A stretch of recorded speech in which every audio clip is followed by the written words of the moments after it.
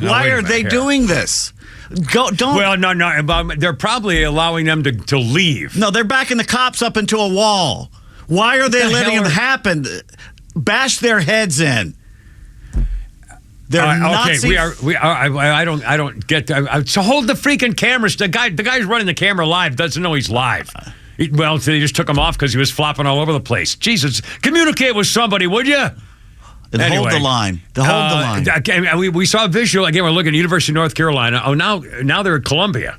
Yeah. I think we just switched to New York, and they're in Columbia now. At UNC, a minute ago, it was a protest starting, and we saw all these cops, and it looked like they had space weapons. Realized they were paintball guns, apparently. Looks like which is great. Those things won't kill you, but man, they'll hurt. May put your eye out. Use them like hell. Yeah, absolutely, they should use them.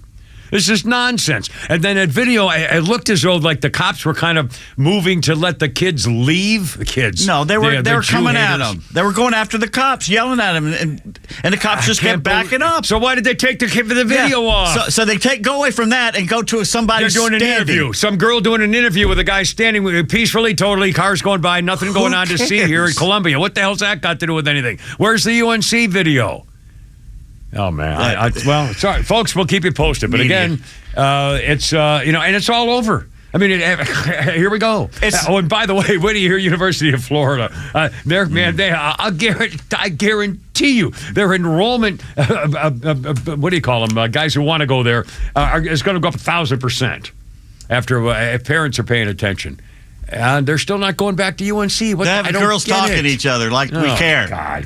All right, anyway, they took over Columbia University academic building, broke some windows, and protesters, in fact, we have that soundbite, Flounder. That was from one of the Fox News reporters. Some video shows hammer-wielding demonstrators breaking windows and a door, what appears to be a bike lock around the handles. The rogue group, it says here, made their way inside the belongings on the floor, immediately began working to barricade themselves inside the building along the South Lawn. This is Columbia University in New York. It's been the scene of the school's anti-Israeli encampment for over a week. And the protesters were screaming, hey ho, the occupation's got to go. The protesters removed some of the barricades. One of the workers yelled, they apparently were keeping people hostage in there, some of the sanitation workers and so forth. And here's some sound bites. This was one of the reporters for Fox News talking to some Jew-hating girl about what they were just doing there. How do you feel about them taking over the building right now? I think that their cause is a just cause, and I hope that the administration really hears their demands. I think they're just demands. Do you feel like it was right to hold 3 of the janitor workers hostage inside of the building? I think that's a really false narrative. That's what the janitors are saying, that they weren't allowed to leave. I think that that's a really false narrative. Even if the janitors are saying that, you're saying that that's not true. I think that it's a really false narrative that the students took anyone hostage. How do you feel about some of the Jewish students saying that they don't feel safe here on campus? I think that this is also a really false narrative that's being promoted. Do you think October 7th and the attack that happened is a false narrative? Off she goes. Do you believe that some of the women were raped? Colleague just came back. So this is what happened. Can you get out of my face, please? So, honestly, there's just so much to say. These people have never accepted responsibility, I'll bet you, for anything they've ever done. I'll bet you they've never suffered the consequences of their actions. If protesters are willing to go this far, then how dare they demand amnesty for anything they might have committed? And now they're also demanding that their professors give them a break on all their grades because they've been so traumatized by the protests and so forth. So they want amnesty and free grading, and nothing will happen, and just pretend everything is just fine. Never been told no in their life. That's right. Never had to stand up for, never paid a bill, never done. I assume they probably never taken care of anything on themselves, and they've been able to. Just been coddled this whole time of their lives, thinking this is, and they, how come we're thinking they're so much better than everybody else? Is that they have the answer to world peace by destroying Jews? I mean, the whole thing just makes me nuts. It started in the 1950s. We started paying attention to teenagers like they matter. Yeah, I know. Yeah. Well, and then in the 60s, you know, the free love and the hippies, and all of a sudden dads and moms couldn't talk to their kids. I mean, I lived through all of that stuff. But that was, you know, that was almost, I don't want to say innocent. It was kind of a furthering of where a little boy has to break away from his mommy kind of deal, you know, when at some point in his adolescence. I mean, but this nonsense is... The adults have stopped acting like adults. Yeah. I mean, this is just Jew haters. And by the way, coming up, we're going to tell you about the University of Florida and their directive to all these people. Plus, the video of the UCLA student blocked from going into school. Anyway, that's all coming up. Plus, James Carville, Nancy Botoxi, we got it all. And the Flounder's funnies and tweets and the whole deal. 314, Kipper, Pete, and Flounder, 106.3.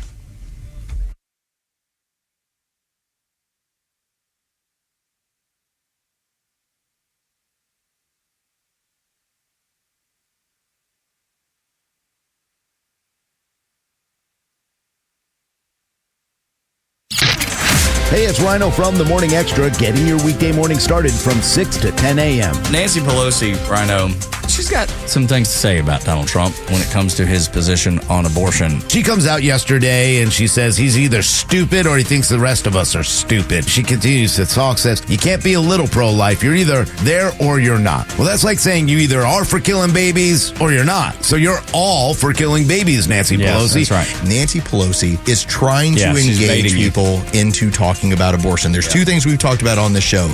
Don't talk about abortion. If you have to talk abortion, say, we're going to leave it to the states. You'll decide what your community is going to be its standard.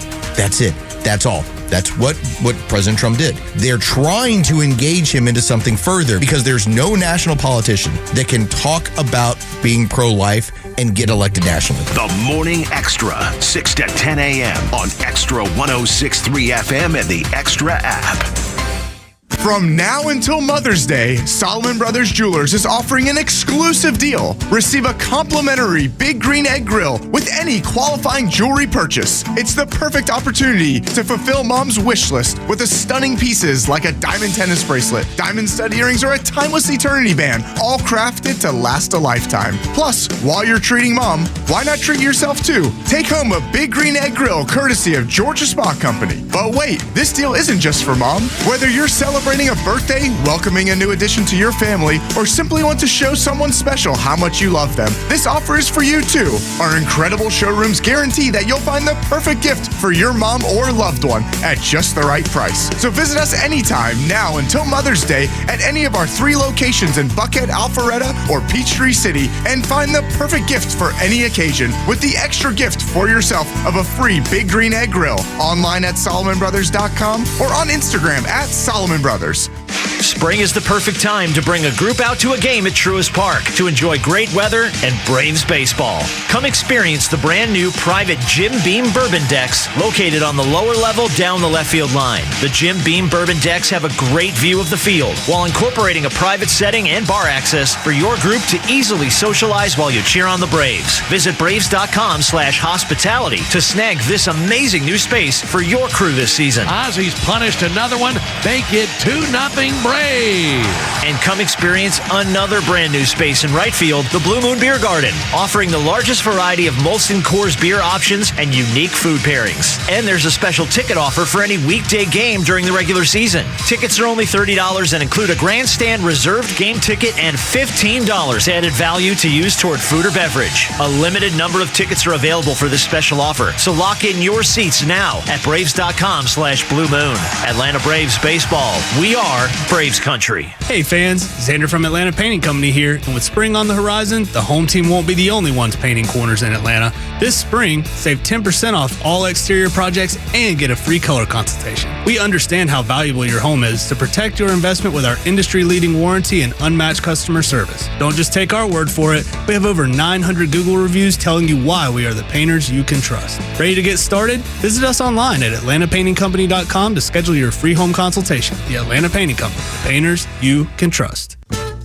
XTRA 106.3 listeners are falling in love with Nucky's Hoagies in Roswell. Me and my wife now find our favorite sandwich place. That food over there was great. Yeah, those rolls are so soft and sweet. I mean, it was just melt in your mouth. It was, and the steak was tender and juicy and flavorful. I can't say enough about it. It was very, very impressive. It was so good. Make Nucky's Hoagies in Roswell on Woodstock Road your new favorite spot for lunch or dinner. Nucky'sHoagies.com. Horizon Background Screening is a fully licensed and insured private investigations firm that focuses on litigation support for law firms, criminal defense cases, and background investigations. We are also FCRA compliant and process pre-employment background checks, tenant screening, and background checks for volunteer organizations. Whether your business is a law firm needing anything from scene investigations to witness interviews, or a company that requires pre-employment background checks, we have the experience you need. Visit horizonscreening.com to learn more. That's horizonscreening.com. Millions of guys suffer from erectile dysfunction. That's 1 in 4 men. And I can tell you, I'm one of them. If you or someone you know suffer from ED, Peyronie's disease, or PE, here's 38-year emergency room doctor and founder of Total Body Therapy of Georgia, Dr. Eric Deal. Patients who enter my office are often frustrated, hopeless, depressed, and embarrassed. I understand the problem, and I'm going to help you fix it. There are lots of competitors that don't have the credentials that I have. When you go to other clinics, you're not going to see a board-certified physician with the experience that I have. When you come to our clinic, you're going to see me. There's just not one therapy that can solve these complex issues. I'll do a complete history and physical prior to any treatment that we use. Take it from me, Dr. Deal. When it's not hard, it's really hard. Call Dr. Deal for your free one-on-one evaluation and resolve your ED, Peyronie's, or PE issues. Total Body Therapy of Georgia, 404-777-1911, 404-777-1911, online at stopmyed.com.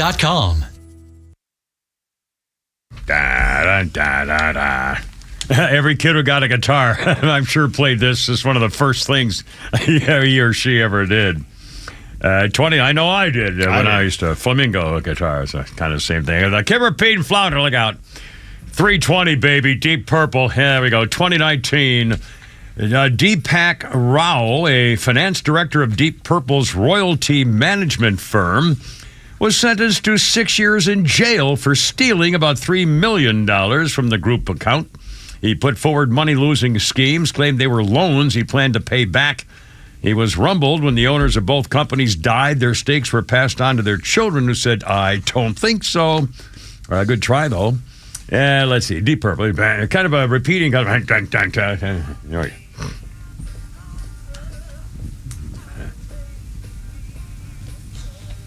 On the Lake Community shoreline? It all came to Montreux and something on the shoreline. It's about they were doing a show on one side of a Swiss lake across from Montreux, and something caught on fire on the other side, and they sat and watched it burn. That's what it means. Smoke on the water. That explains everything. Our birthday list includes Ana de Armas. Oh, yeah. A moment of silence. 36 years old. No, she's not 36. I'm sorry. She is 36. Not 36 years old. She's 36 years old. She is not. She is 36 years old and way too old for you. I'm throwing the BS The Cuban-Spanish actress who's starring in the upcoming John Wick spin-off Ballerina. Oh, God, they're turning her into an assassin? Well, she was in the James Bond, the last James Bond. She was a Bond girl, butt. No Time to Die, and she was also Marta in Knives Out. Oh, my God, she is 36 years old. Joy in Blade Runner 2049 and Marilyn Monroe in Blonde. And she was in Blade Runner 2. Blade Runner 2049. Oh, my God. Yeah. She's a dish. She's a dish. No question about it. I'll be over here if you need me. No, that's fine. And let's see. Our history list today includes, on this day in 1992, the final episode of The Cosby Show aired after 8 seasons. 44 million people watched, and as many as 264 women had been drugged and raped by the time he got done with them. Allegedly. That's a possibility that they could never actually number all of them that might have been involved in the drugging and raping potential case. The drugging and the raping. The Cosby's. The pudding pop.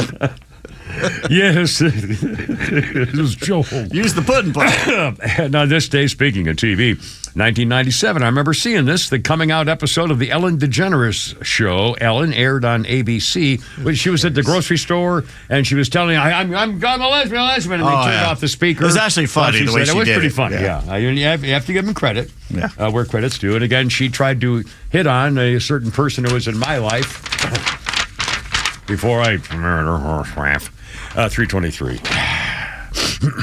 Of course, everybody tried to hit on her. The 3 o'clock hour brought to you by First Liberty Building and Lawn. If you need financing to grow your business, then please visit our friends at FirstLibertyGA.com. Yes, sir. There you are, 323, Kimmer, Pete, and Flounder. Oh, here we go. By the way, they're still showing the video. They just went to break, but they're showing the video live still at Columbia, where the students are there. They have the tents, and now apparently the students are saying they are willing to negotiate. I think that's pretty funny, don't you? Negotiate? How about give them plastic wrist cuffs and off they go? Two words. My God. Fire ants. Yeah. Smoke bombs, tear gas. I mean, I don't know what they're waiting for. Bag of fire ants. Believe me. And by the way, I was just remembering this. I mentioned it yesterday when I was not only at Arizona State, and I did get in a tussle and stopped a guy from burning an American flag at Arizona State. It wasn't a whole big crowd, but it was, enough people. It wasn't like there weren't hundreds of people there. Like but, Rick Monday. Yeah, Rick Monday. That was a famous one, too. But I got a chance to actually take it away from him. And the other thing, and I got tear gassed at Arizona State just walking to General Principal. And then I got tear gassed at Michigan State in graduate school, just trying to get to class. All of a sudden, what the fuck, she's right, but I'm trying to. When's the last time you saw tear gas on a college campus? Never. I mean, Georgia State, we were pretty calm in the 80s. Yeah. I mean, come on. I mean, this was getting like Arizona State was, that was right after Vietnam, 69, 70, and Michigan State was 71. Let's see. And since then, when's the last time you saw tear gas on a campus protest? San Diego State in 85, it was just marijuana haze. There was no tear gas. Isn't that a Flounder? Have you ever been tear gassed? Have you ever actually gotten tear gas? I have not. Oh my, how about you, Pete? Never get tear gassed? No, I've never been tear God, gassed. I can't believe it. Why would I want to be tear gassed? I didn't say you wanted to. I was asking. I'm once again, God, you guys are killing me. This is an important anthropological thing we're going through. I was too young to protest Vietnam. Right, I don't know if I would or not. I'm not complaining about it. I'm not attacking you for it. In between there and the Gulf War, it was unthinkable that we'd ever go back to war. Right. Well, I'm trying to make the point. I understand your point. Like, for me, I know a lot of people that were probably tear gassed from George Floyd in the Summer of Love. But the problem is even if it's something you believed in, why would you want to go out there risking you're going to get in trouble with cameras and everything? I mean, look what they did with the January 6th people. Well, but even worse, my point was it was just there because it was there. It wasn't like anybody was looking for action. It was just trying to go to school.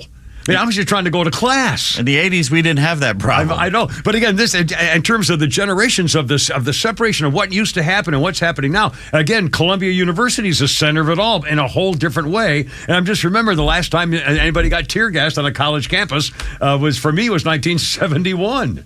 Or maybe 72. I can't remember. Anyway. And by the way, here's how things have changed, too. A Jewish UCLA student tried to go to school.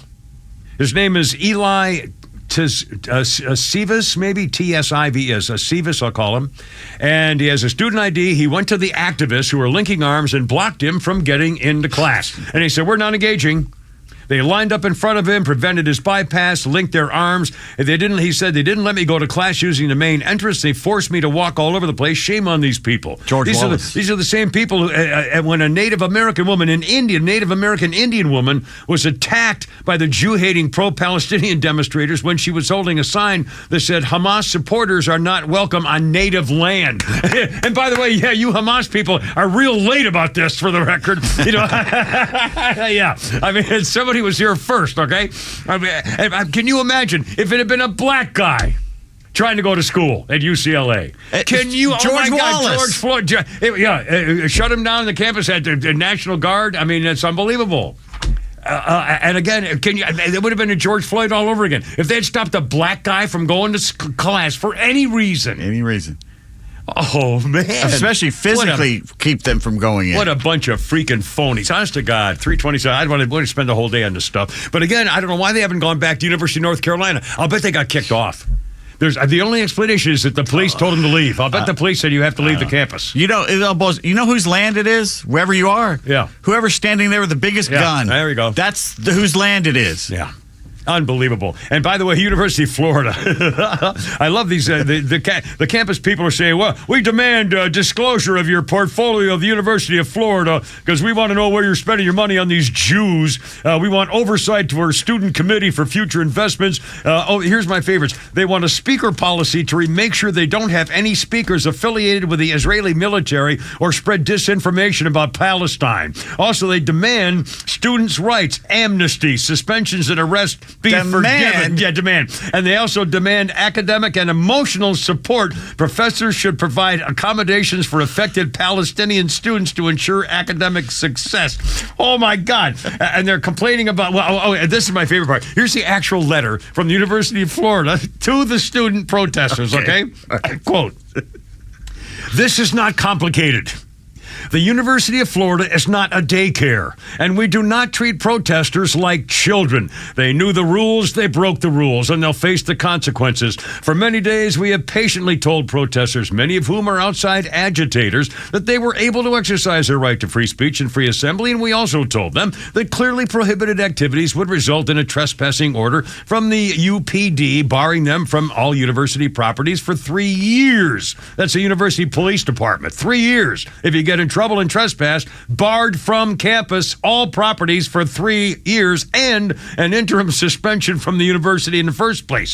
For days, they patiently and consistently reiterated the rules. Individuals who refused to comply were arrested after the police department gave multiple warnings and multiple opportunities to comply." And again, remember, these are people who are so entitled, they're making demands, and the university says, this is not daycare, this is very simple. It's not very nothing difficult about this. And by the way, just quickly, a couple of quick Babylon Bees got this down in headlines like crazy. Biden dropped support for pro-Palestinian protesters after realizing how bad their hair smells. The picture of smelling some girl's hair. Palestinian protesters scatter as riot police charge in with sticks of deodorant. Israel withdraws from Gaza after learning of a protest by a 19-year-old fine arts major, Roxy Barnett. That was the one to put him over the top to finally leave. Ilhan Omar paraglides into Columbia campus to lead the protest. Paraglides, with a corporate recruiter scouts Ivy League University for entitled anti-Semitic communists with $200,000 in debt. Corporate recruiter. And my favorite, Hamas thanks college student supporters by promising them a quick death during global intifada, ladies and gentlemen. My God. 3:31. Kimmer, Pete, and Flounder. Flounder's Funnies for Nucky's Hoagies coming up. We got tweets, we got Holy Crap at Sports, and we got it all coming up, and including the latest on the Trump stuff, too, on your Happy Tuesday. Look out. There we go.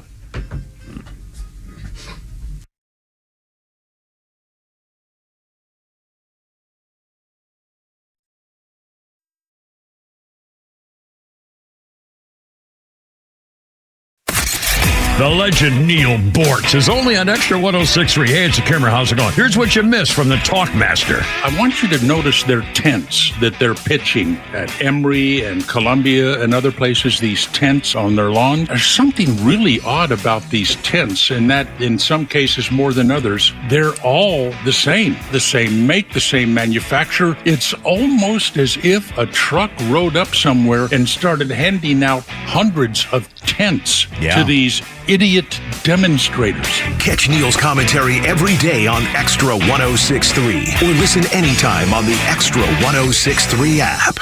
Honestly, I wonder why they've stopped covering UNC, University of North Carolina, because it was going backing up the cops into a wall.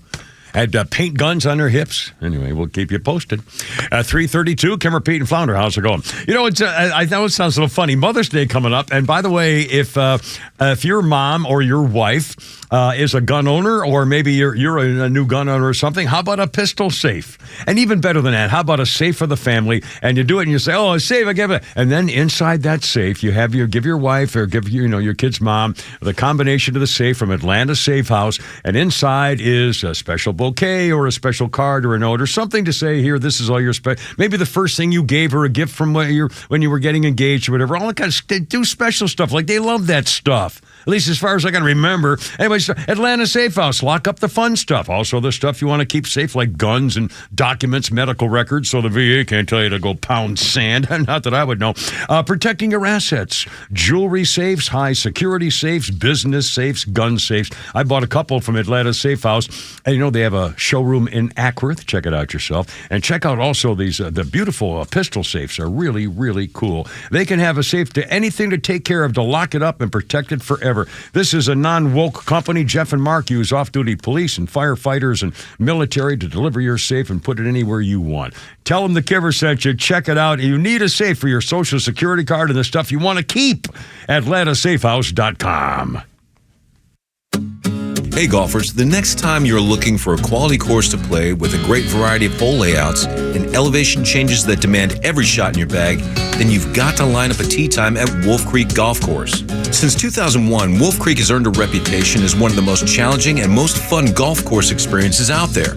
Wolf Creek is conveniently located just 10 minutes west of the Atlanta airport and only 15 minutes southeast of downtown Atlanta.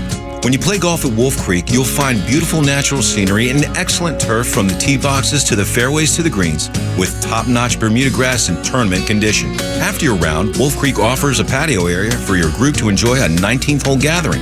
Golf Digest selected Wolf Creek previously as one of the best golf courses to play in the Atlanta area. To book a tee time, please visit wolfcreekgc.com or call 404-344-1334. That's 404-344-1334. wolfcreekgc.com. Marketing is everywhere. From the billboards on the highways to the notifications on your phone, we are constantly bombarded with people trying to sell us stuff. What makes good marketing? Are you doing enough in your life personally and professionally to market yourself? You have questions, and the Marketing Madmen have answers. Tune in every Saturday, now at 4 p.m., right here on XTRA 106.3 to get practical marketing advice from expert guests who are shaping and reshaping the business world. They say marketing is a madman's game. Join the Marketing Madmen every Saturday at 4 p.m. to find out why. Hey, homeowners. Tug here with some exciting news. Southern Exteriors is your one-stop solution for top-notch exterior services, from roofing to siding, windows, gutters, and more. No more waiting. They can start on your project immediately. And with an in-house warranty division, Southern Exteriors stands by their work for years to come. From leaky roofs to faded siding, trust Southern Exteriors for a quick and lasting transformation. Don't wait. Transform your home today. Call 877-9-SOUTHERN or visit southernexteriors.co now. Southern Exteriors, quality and precision you can rely on for over 20 years. Hey, Dad, can I ask you something? Sure. How do you know when you're in love? Well, can't stop thinking about him. Your heart races sometimes, and you just want to be with him every moment of the day. Dad, I think I'm in love then. Got a picture? Yeah. Oh, yep. I remember my first Subaru, too. There are so many reasons to love a new Subaru from Subaru of Gwinnett, like standard symmetrical all-wheel drive on most models, top-rated gas mileage, and technology and safety that will give you the warm and fuzzies. Like the 2024 Subaru Crosstrek, with 182 horsepower and up to 120 cubic feet of interior space. Or the 2024 Subaru Outback, built to take you off the beaten path with up to 9.5 inches of ground clearance. Add in their amazing staff and incredible service department, and you'll understand why love is what makes a Subaru a Subaru. But the only way to know it's the one is to come in for a test drive. Subaru of Gwinnett, Satellite Boulevard in Duluth, or start shopping online at SubaruofGwinnett.com.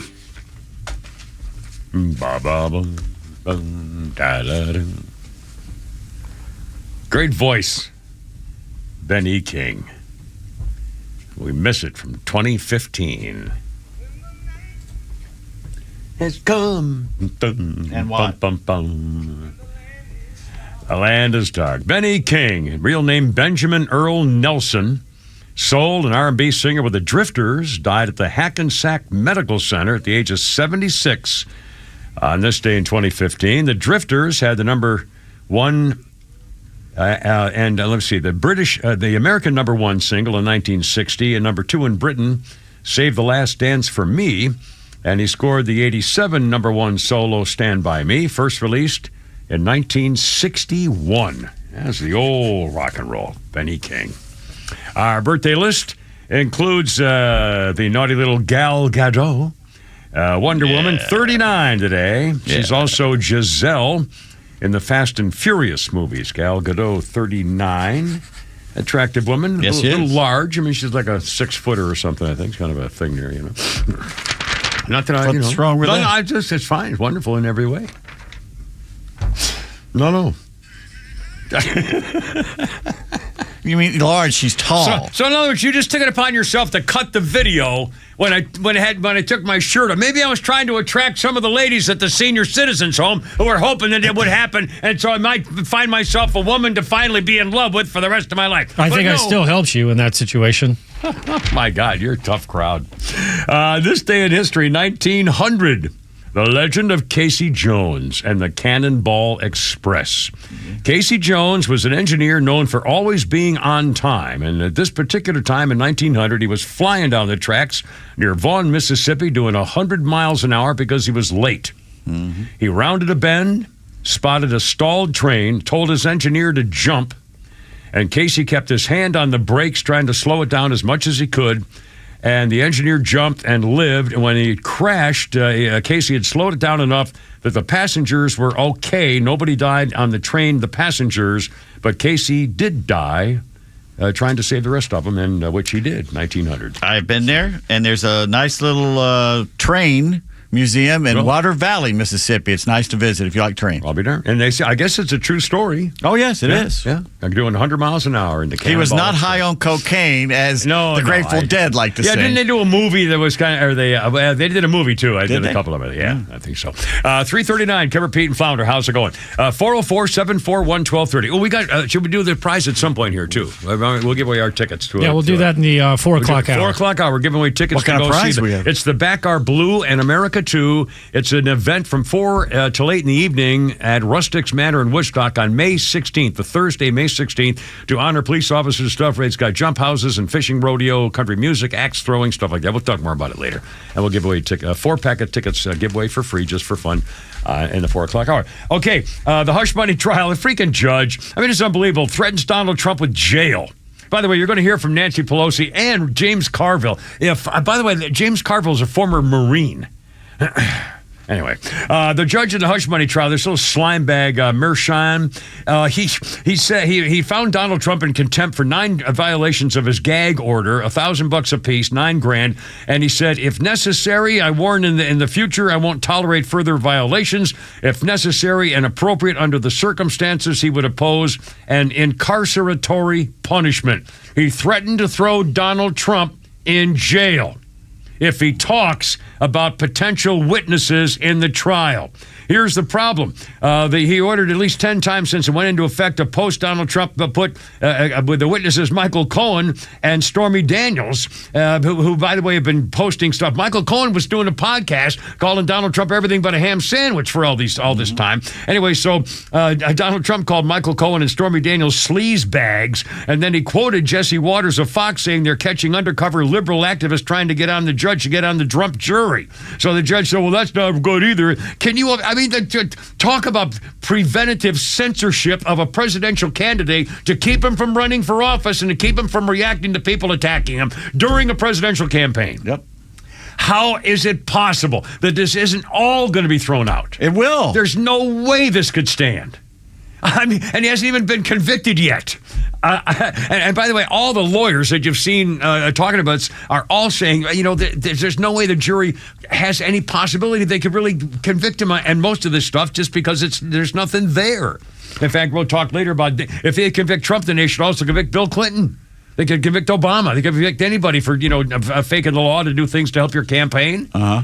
Bill Clinton had the whole, remember the, what did they call the Hillary Rodham P. Stinky Fartcabbage had the chick squad or the Horde Tramp Committee or the bimbo, whatever it was, where if some bimbo girl, grade. and if the girls came forward to do something, they said, well, we'll pay him off. That's what they did to make sure he didn't lose the election. Exactly what they're accusing Donald Trump of doing, which, by the way, is a business crime, is a misdemeanor. Anyway, so the judge says, there you go. And by the way, the judge apparently also said, I hope you lose the case and I hope you die in prison. But that seems a little bit biased to me. Can you imagine, this business with holding Donald Trump in contempt in jail? Yeah, I guess they're afraid he's going to escape. Let's be on the lookout for a 6'2", 230-pound male with an orange complexion and a scowl on his face and wearing some kind of like a yellow helmet of some sort, or perhaps could be a hairdo. We're not sure, but he could be on the lake, could be armed and dangerous. I mean, my God, like Donald Trump's going to disappear somehow and go on the lam. God, my Lord. By the way, Elise Stefanik, I more like her than Basira. More I like her, man. She's accusing Counsel Jack Smith with an ethics complaint for election meddling. Thank God, at least some of this is starting to happen. A lawless breach of trial ethics and lawyerly conduct. Actions sought to disrespute to the Justice Department, attempts to rush the trial to a federal jury case against Donald Trump so that he couldn't run for president. I mean, there's on and on and on. Mm-hmm. Again, finally, they're trying to hold him accountable. Another quick thing for you. I have a couple of sound bites here for you. There's a very hot woman named Farah Khalidi, who is an OnlyFans creator. I mean, she does stuff for the people pay to watch her do stuff. Oh, don't pretend you don't know what OnlyFans is. Oh, I know what it is. I've never been on one. I don't know how to do it. I'd go. I mean, don't for one thing, innocent with me. No, I know what it is. I know they're porn people, or they do whatever they want. They're not all porn. No, they could talk feet. to you. Could be just feet. Well, there you are. I'm just saying, she's an OnlyFans girl. I've never been. I don't even know how to open. Kimber wouldn't know what to do because you have to have a subscription. You need an app. You have to subscribe with an app and a phone, and I don't have a phone app with it for the subscribing app phone. Have you ever been on OnlyFans? I have not. Don't you have to pay? I have to pay, right? Well, I'm not going to pay to look at some girl I don't know. Why the hell would I do that? They got the internet for free that. Porn. Thank you, Al Gore. I mean, why the hell would I pay some girl to do what I can look for nothing? I mean, is this a great country God bless or what? America. God bless America. Anyway, so this chick says she's a TikTok star, Farah Khalidi, and she says that she was asked to help by the Biden administration through a third party to boost Judge Ketanji Bippity Boppity Boo so that she could be on the Supreme Court. Thousands and thousands of social media followers after she was nominated. This girl says I was doing full-on political propaganda. The funny thing is, they said, don't disclose this as an ad, because they were like, technically it's not a product, so you don't have to disclose it's an ad, because they just wanted some edgy girl of color to tell people, like when they nominated Ketanji Bippity Boppity Boo for the Supreme Court, they're like, can you say as a person of color, they feel reflected? And she said, no, wait a minute. It's not Biden. It's a third party doing it. But she went on to say they pushed back against the script because there was a white woman from the media telling her what to say. By the way, this chick is she looks like a kind of Arabian or Greek or something. We'll hold her up to the sign here. Oh, Lordy. I mean, she's beautiful. She's stunning, a black-haired beauty and big boobs. And she said, I lost my place because I was looking at the girl. She said, they said, can you, a white woman telling her what to say? And I'm like, no. She said, please. I said, no, I'll talk about the news. I'm not going to be be a white person telling me this is how I feel as a person of color. I think that black-pilled me slightly on political propaganda. They're basically, as another black person, can you just say that you feel reflected by Ketanji? I said, no. I'll talk about her background and her accomplishments, but you know what I mean? But I'm not going to say the corny stuff because it's a brown person and I feel better with a brown person. The Biden administration using TikTok people to influence Supreme Court people. It's unfreaking believable. Let me look at this closer. Yeah, you better check that out again. Now, at 3, Flounder, we're running out of time. Coming up in a second, she's a knockout. She's bucksy and coming up, you're going to hear Nancy Pelosi and James Carville about the politics. Oh, speaking of pictures, can you get the picture of the AI fake out of Boebert and Ocasio-Bangbangio Stupidio? Yeah. How can people look? You got to look at this picture. We're going to talk about that AI story. And the photograph, oh my God. Coming up, Kimber Payne found at 346. Look out. Here we go.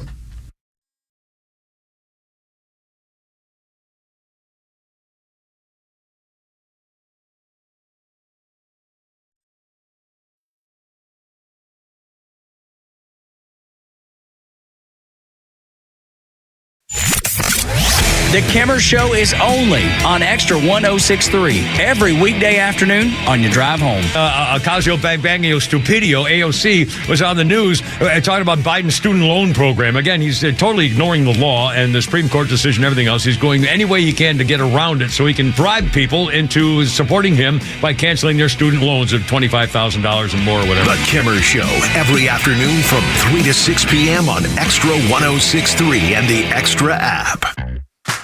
You shouldn't need a degree in finance to choose a checking account. That's why we made Truist One Checking. No trade-offs, no compromise, no hassle. just the stuff you want from a bank that cares.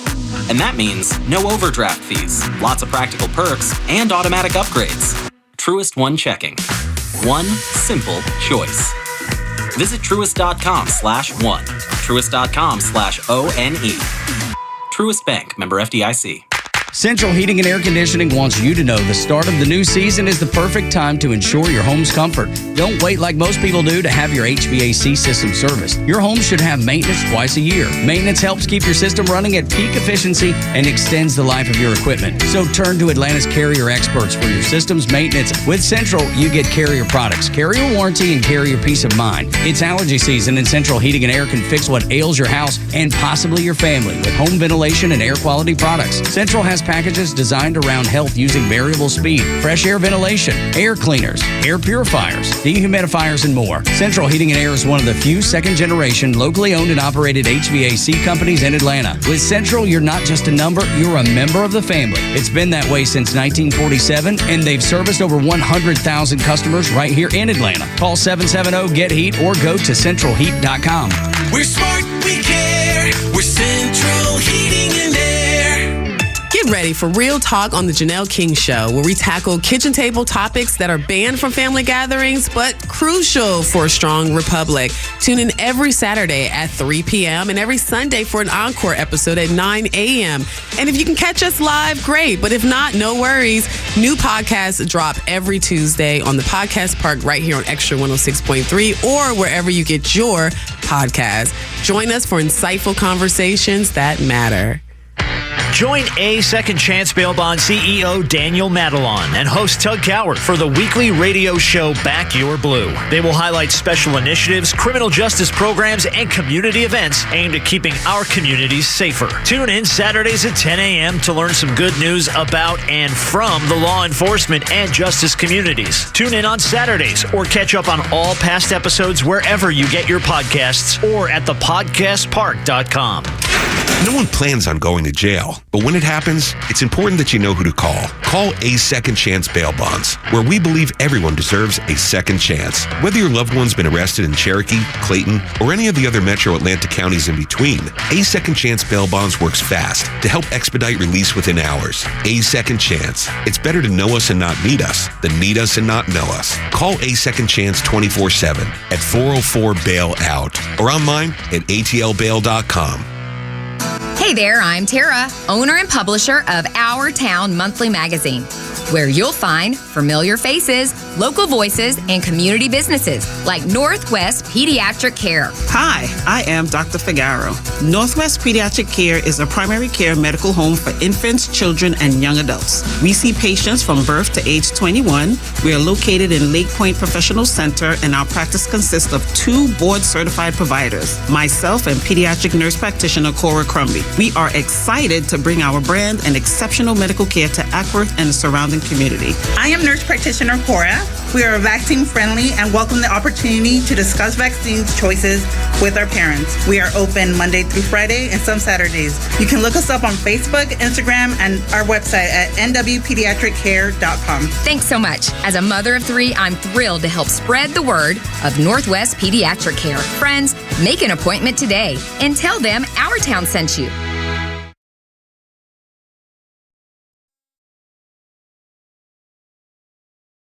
And nothing's working. And now this important pause. The computer froze again. Yeah, there's modern technology. Like I keep saying, man, I just love being dragged into this modern technology of ours. 351.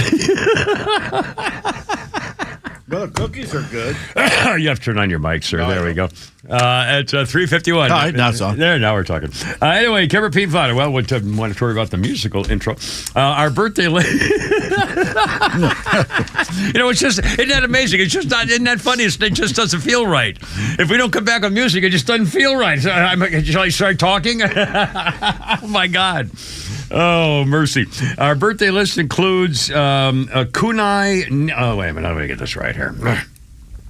Kunal Nayar, 43, Rajan on The Big Bang Theory. Oh. He shares a birthday with another guy I'll talk about in a minute. I want to save that one for another birthday time. But anyway, Kunal Nayar, 43. Rajan or Raj. Oh, Raj. R-A-J. Raj. Yeah. It said R-A-J-O-N. I thought it was Raj on the show. Anyway, I thought it was his name. I'm sorry. Now, he plays for the Celtics. Yeah, he's the kidding. power forward. And, I got a phone thing. I got to get my phone up here because I got a history that I wrote up this morning.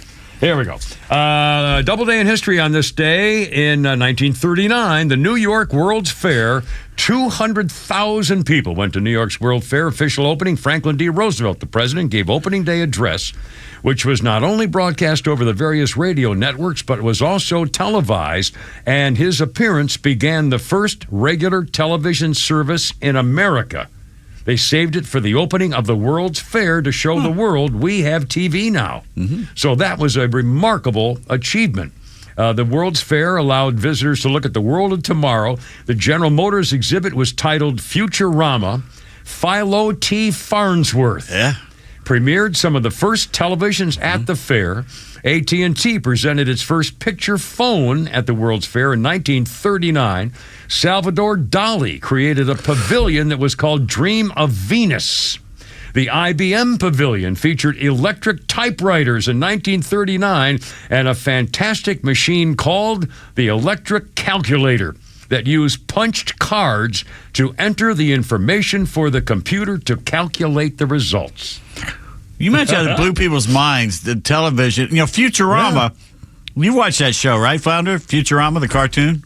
I've watched a couple episodes, but I don't watch it regularly. Matt Groening probably got the name for it from that. Yeah. And isn't the professor named Farnsworth? Yes. Yeah. That's where he got that from. Farnsworth, absolutely, yeah. And again, is that, 1939, and if you've ever been to a World's Fair, and, they like the GE Future thing, and Disneyland used to have stuff like that. Knoxville had one. Tomorrowland was the future in Disney World. Yeah, and Six Flags. Yeah, they had one of those. Tomorrowland. Yeah. Anyway, pretty cool. I had the first TV I ever bought in San Diego was a Farnsworth.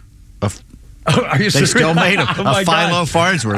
Oh, my God. How cool is that? All right, very quickly. The Jew hater Nancy Pelosi is on NBC with Katie Tur, who, by the way, is no Trump fan. And here's how badly the Democrat Jew haters will do. Here's how badly they behave to do anything to try to laud their idiot president. Here's how this conversation I can't play went. audio. I had to reboot the computer, so it's going to take a minute. Oh, okay. All right, well, we'll try to get if we get it back, we'll try to get our Flounders funny by the top of the hour. Never mind. If we don't make it, we won't. Anyway, we'll talk about that also, and I'll say this because you want to hear James Carville too. How about why don't you do the responses to the AI? The deep fake thing. Oh my God, this is unbelievable. Somebody came up with in fact, do we even know who did this? Deep fake. Somewhere there's a deep fake out there, and when Pete showed me the picture of AOC, Auxiliary Bambino Stupidio, and Lauren Boebert, that little hottie from Congress, the little Colorado chick who was in the theater, you're doing feeling, bing bang. Lauren Boebert and AOC are shown in a picture together wearing bikinis, and basically are they hugging and looks like they're ready to make out and kiss, but their breasts are ready, throbbing toward each other as though they can't wait to start kissing. And Pete showed me the picture on his phone and went, "Oh my God, is that real? Oh my God, how did they get that?" And no, you idiot! Of course it's not real. How would the two of them, a Republican and okay. Anyway, it's a sexy. It looks absolutely real, and it's hot. And then these deep fakes, people are saying, even right-wing commentators, deep fakes, AI people of real people in compromising positions are getting out of hand and violate every bit of bodily autonomy a person is supposed to have. They'll be indistinguishable from reality. You can't tell the difference. You will never think that is not an actual picture. Right. It's too late to stop it. You have to use your brain and realize it would never happen. You have to think for yourself, gee, do I think this is... And by the way, how are we supposed to figure that out? You can't. You could have said, it's amazing. They were trying to do this for a calendar to show that we all get together. And I said, boy, that's incredible. I would have believed it. Look, it's courts that are going to have to deal with this. It could have been a fundraiser. Somebody could have sent that to me and said, to show we're all inclusive together. I said, I'll send him $50 to help the cause. Is court. You won't be able to use video or photographic evidence anymore. Right. And some of the reactions are astounding. On Twitter. Frank says, oh my God, I'm so offended by this garbage. Are there any more pics of this, perhaps from different poses or from different angles? If I'm going to be offended, I want the full experience. Michael says, I agree. This is not what AI should be doing. By the way, is there any video? Code says, come on, guys. This is exactly what AI was created for. Sherry says, wrong. Bobrit should be with Kristi Noem. And Ben says, but it's okay to film getting buggered in the Senate chambers. Well, they're Democrats. The Jew haters. Or it's okay for the Jew haters. The sound's back up. You want to play a funny or you want to do... Oh, let's do a funny. Let's do a funny. Let's do a funny. We'll come back with all the political stuff. Here we go. Flounders, funnies. Well, that was funny. No, we're almost ready. It's said. all right. No, it's not cool.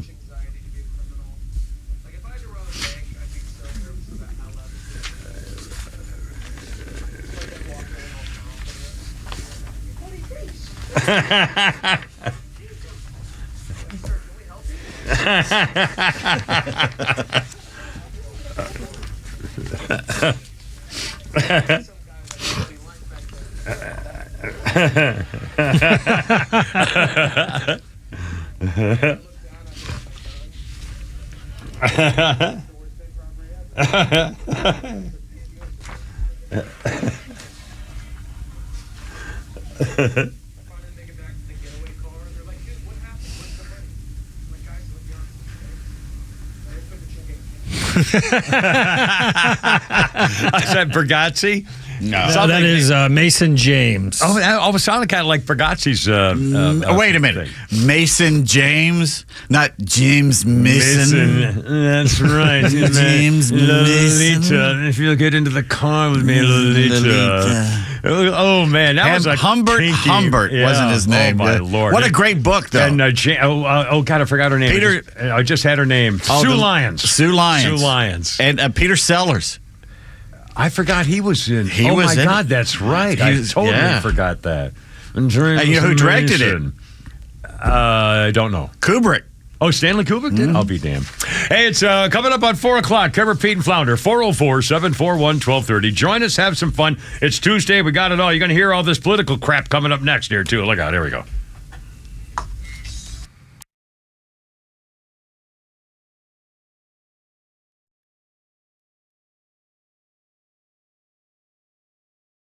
WFOM and W292EV Marietta, a Dickey Broadcasting Station. This hour is presented by Atlanta Safe House. Protesters still occupy a building at Columbia University. I'm Lisa Brady, Fox News. This despite the university's new warning. Fox's Alexis McAdams at Columbia. They moved into that Hamilton Hall and took over, saying they're not leaving until they get their long list of demands, using a hammer to smash through that glass. The school saying these students who broke into the building will now be expelled. Protesters had their faces covered as they filmed last night's break-in and takeover. On some other campuses, police have been making arrests, including the University of North Carolina, Chapel Hill. But tent encampments remain at multiple schools. House Republicans plan a deep dive into the protests. American universities are officially put on notice that we have come to take our universities back. North Carolina Republican Congresswoman Virginia Fox chairs the Education and Workforce Committee, one of multiple panels investigating. As Republican leaders, we have a clear message for mealy-mouthed, spineless college leaders. Congress will not tolerate your dereliction of duty to your Jewish students. The White House condemning the occupation of Columbia's Hamilton Hall through National Security Communications Advisor John Kirby, telling reporters earlier today. The president believes that forcibly taking over a building on campus is absolutely the wrong approach. That is not an example of peaceful protest. Education Secretary Miguel Cardona says his department is already investigating possible violations of federal law. We're committed as a Department of Education to adhering to Title VI enforcement. We have 137 open cases. We take this very seriously. A letter had been sent to campuses in November, reminding them of legal obligations to provide all students an environment free from discrimination. Big selling on Wall Street. The Dow down 570 points at the bell. America is listening to Fox News. The waves were mighty and fierce as could be when my lady and I got lost at sea. We tossed and turned and we nearly drowned when my brave little boat went down. Whoa, whoa, whoa, no, none of that's true. You haven't had a date in a year or two. The sea was calm and the sky was clear, and you crashed right into the pier. Yeah, fine. Accidents don't just happen in sea shanties, so Progressive Boat Insurance has you covered. Take as little as 4 minutes to see what you can save at Progressive.com. Progressive Casualty Insurance Company and affiliates. Covered subject to policy terms and not available for all boats or in all situations.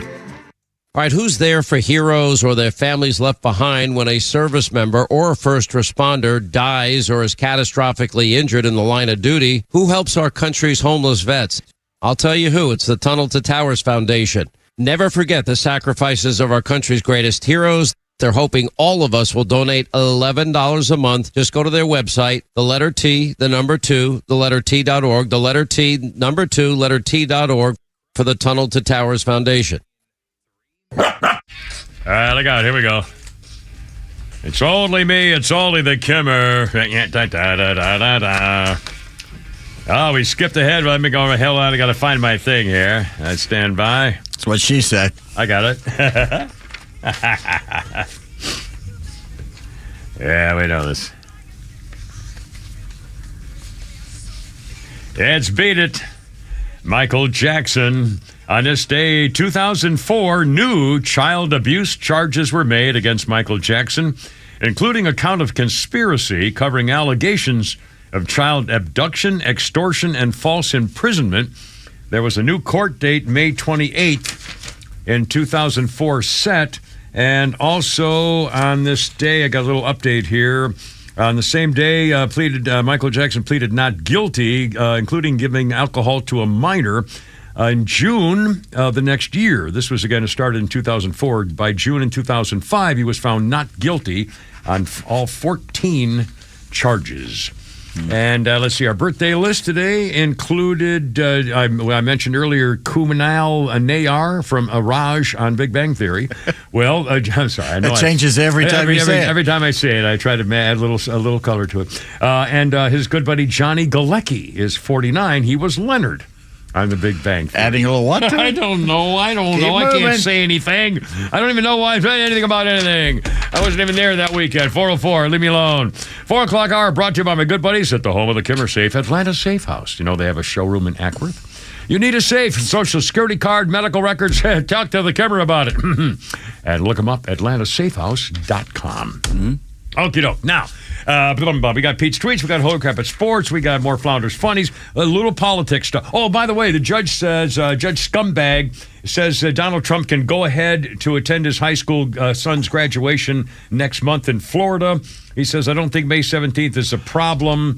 And so he says, I do hate you and I hope your son is dead. How white of him to allow that to happen. Isn't that nice? Isn't that incredible? He wouldn't let him go to the Supreme Court hearing on his case, perhaps the most important political case in the history of our country. And he wouldn't let Trump go to hear his lawyers argue his case before the court based on Donald Trump's. Anyway. Oh, they're using pepper spray at UNC again. Oh, now I can't believe it. Fox, they must have been kicked off campus. About 20 minutes ago, we saw Fox TV cameras live, and there were students were kind of backing the police into a wall, and it looked like they had paint guns on their hips. And then all of a sudden, the picture died, and they went to Columbia University. And then a few minutes ago, they were at New York University, which is different, and there's a protest going on there with 10 cities and all that taking over things there too. And so you said, what was going on at UNC, North Carolina now? Pepper spray. Pepper spray. Well, good.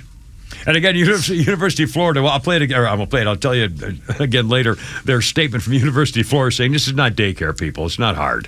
You know, you're acting like children. And you have to. Same New York. Again, these people have never taken responsibility for their act. I guarantee their parents never made murder. them. That's right. Remember those kids that would lay down in the restaurant and run around and scream and holler? That's right. And throw a fit? And you go, what are those going to be like when they grow up? That's right. You're looking at them. They're in the middle of the road. Yeah. I don't know how they all became Jew haters. I guess all became Democrats. I guess it's required now. They're the idiots throwing glue and milk on masterpieces. Yeah, unbelievable. Flounder, we have our computer sound thing back okay? Excellent. The computer's unfrozen. Nancy Botoxi was on Katie Tur's show, on Katie Tur on MSNBC, and they were talking about again, these Jew-hating Democrats will do anything to try to pretend that our current president, Joe White Trash, has actually been successful, including they're trying to pretend that he's been great at handling the economy, if you will, sir. Nancy Pelosi. Whoopsie-daisy. Doing that created 9 million jobs in his term in office. Donald Trump has the worst record of job loss of any president. So we just have to make sure people know that was a global pandemic. Uh-oh. He had the worst record of any president.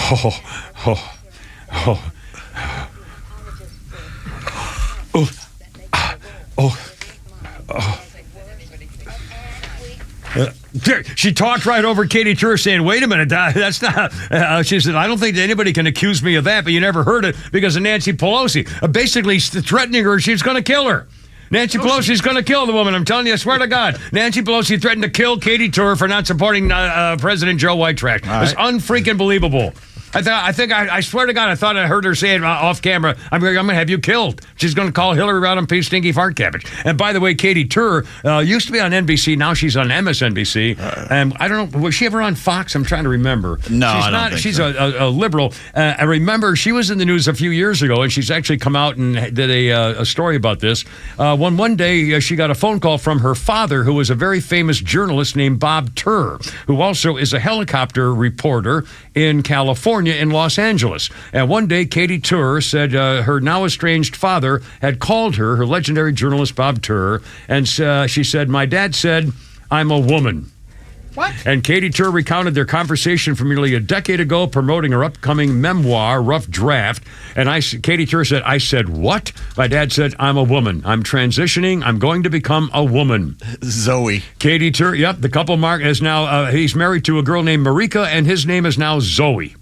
He is gained fame as a helicopter camera person, the first to film pivotal events in Los Angeles, including the guy that filmed the 92 riots and the O.J. Simpson police chase in 1994.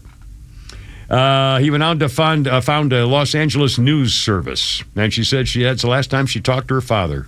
Wait a minute. She's a screaming liberal, and because he becomes a tranny, she won't talk to him anymore? There you are. Wait a minute. No, that doesn't seem anything but hypocritical. I can't believe her those father. people. Yeah, her father. Yeah. Would you you wouldn't stop talking to a family member because they did that. You'd try and get them some help. Well, you'd just, you'd have a thing. You'd have to go meet and talk and do a thing. And I mean, it's obviously a thing. So, but you can't just say awkward Thanksgiving. Now, one more flounder coming up here too. James Carville, former Marine, incidentally. And is he still married to that Republican girl who worked for Biden? I mean, what was her name? W. Bush. Started with an M. Yeah, I know. Oh, God, if you had hard to look at. Oh, God. What was harder to look at her? We'll get her name here. We'll look it up. Anyway, James Carville has some words for young voters, and he doesn't have much nice to say if they're not supporting President Joe Crime family. Mary Madeline, there you go. And she worked for Bush, didn't she? Work for one of the, I can't remember which one. I think Bush one, I think. Or Reagan, or one of them. It was a long time ago, so it must probably Bush one or could have been Reagan. Anyway, I can't remember. We'll look it up. Carville is talking about with young voters and the issues, and he has some rather strong comments here for you. If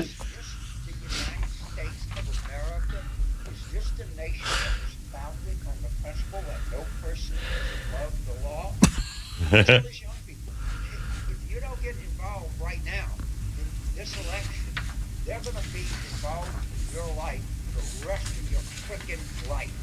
And if Trump and Robert and Alito, Gorsuch, Thomas, and Leonard Leo, and Leonard Leo DiCaprio? He's on a roll. Don't stop him now. So?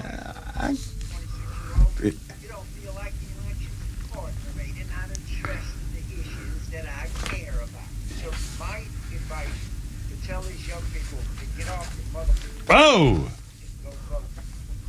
You should vote like your entire future and the entire future of this United States and vote because quite frankly it does. Yeah, it does. It does depend on we getting you people out of office. You're ruining our country. Look around you. Wake up! Which party has their hands in every aspect of your life, from birth to death? The Democrats. And it's gotten worse. Look at everything. $5 a gallon. I mean, but wars, protests. Telling you what car you can drive and what you have to have an electric car in the next 30 years. You got to do this. You got to do. You can't have a gas oven anymore. That's right. I mean, every aspect of your life, they're telling you what to do. I think didn't pass, and now there are no more gas stoves in any federal building. No more gas. You can't have a gas appliance in a federal building. Gee, boy, I could feel the difference already. The atmosphere is a lot drier and cleaner. I think my water tastes better now because there's no gas heaters in Washington or anything. I mean, Jesus, Mary and Joe.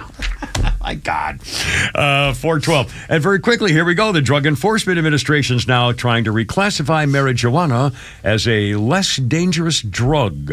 At the moment, it's Schedule 1 alongside heroin and LSD, but the DEA wants to move the marijuana to Schedule 3 alongside ketamine and some anabolic steroids.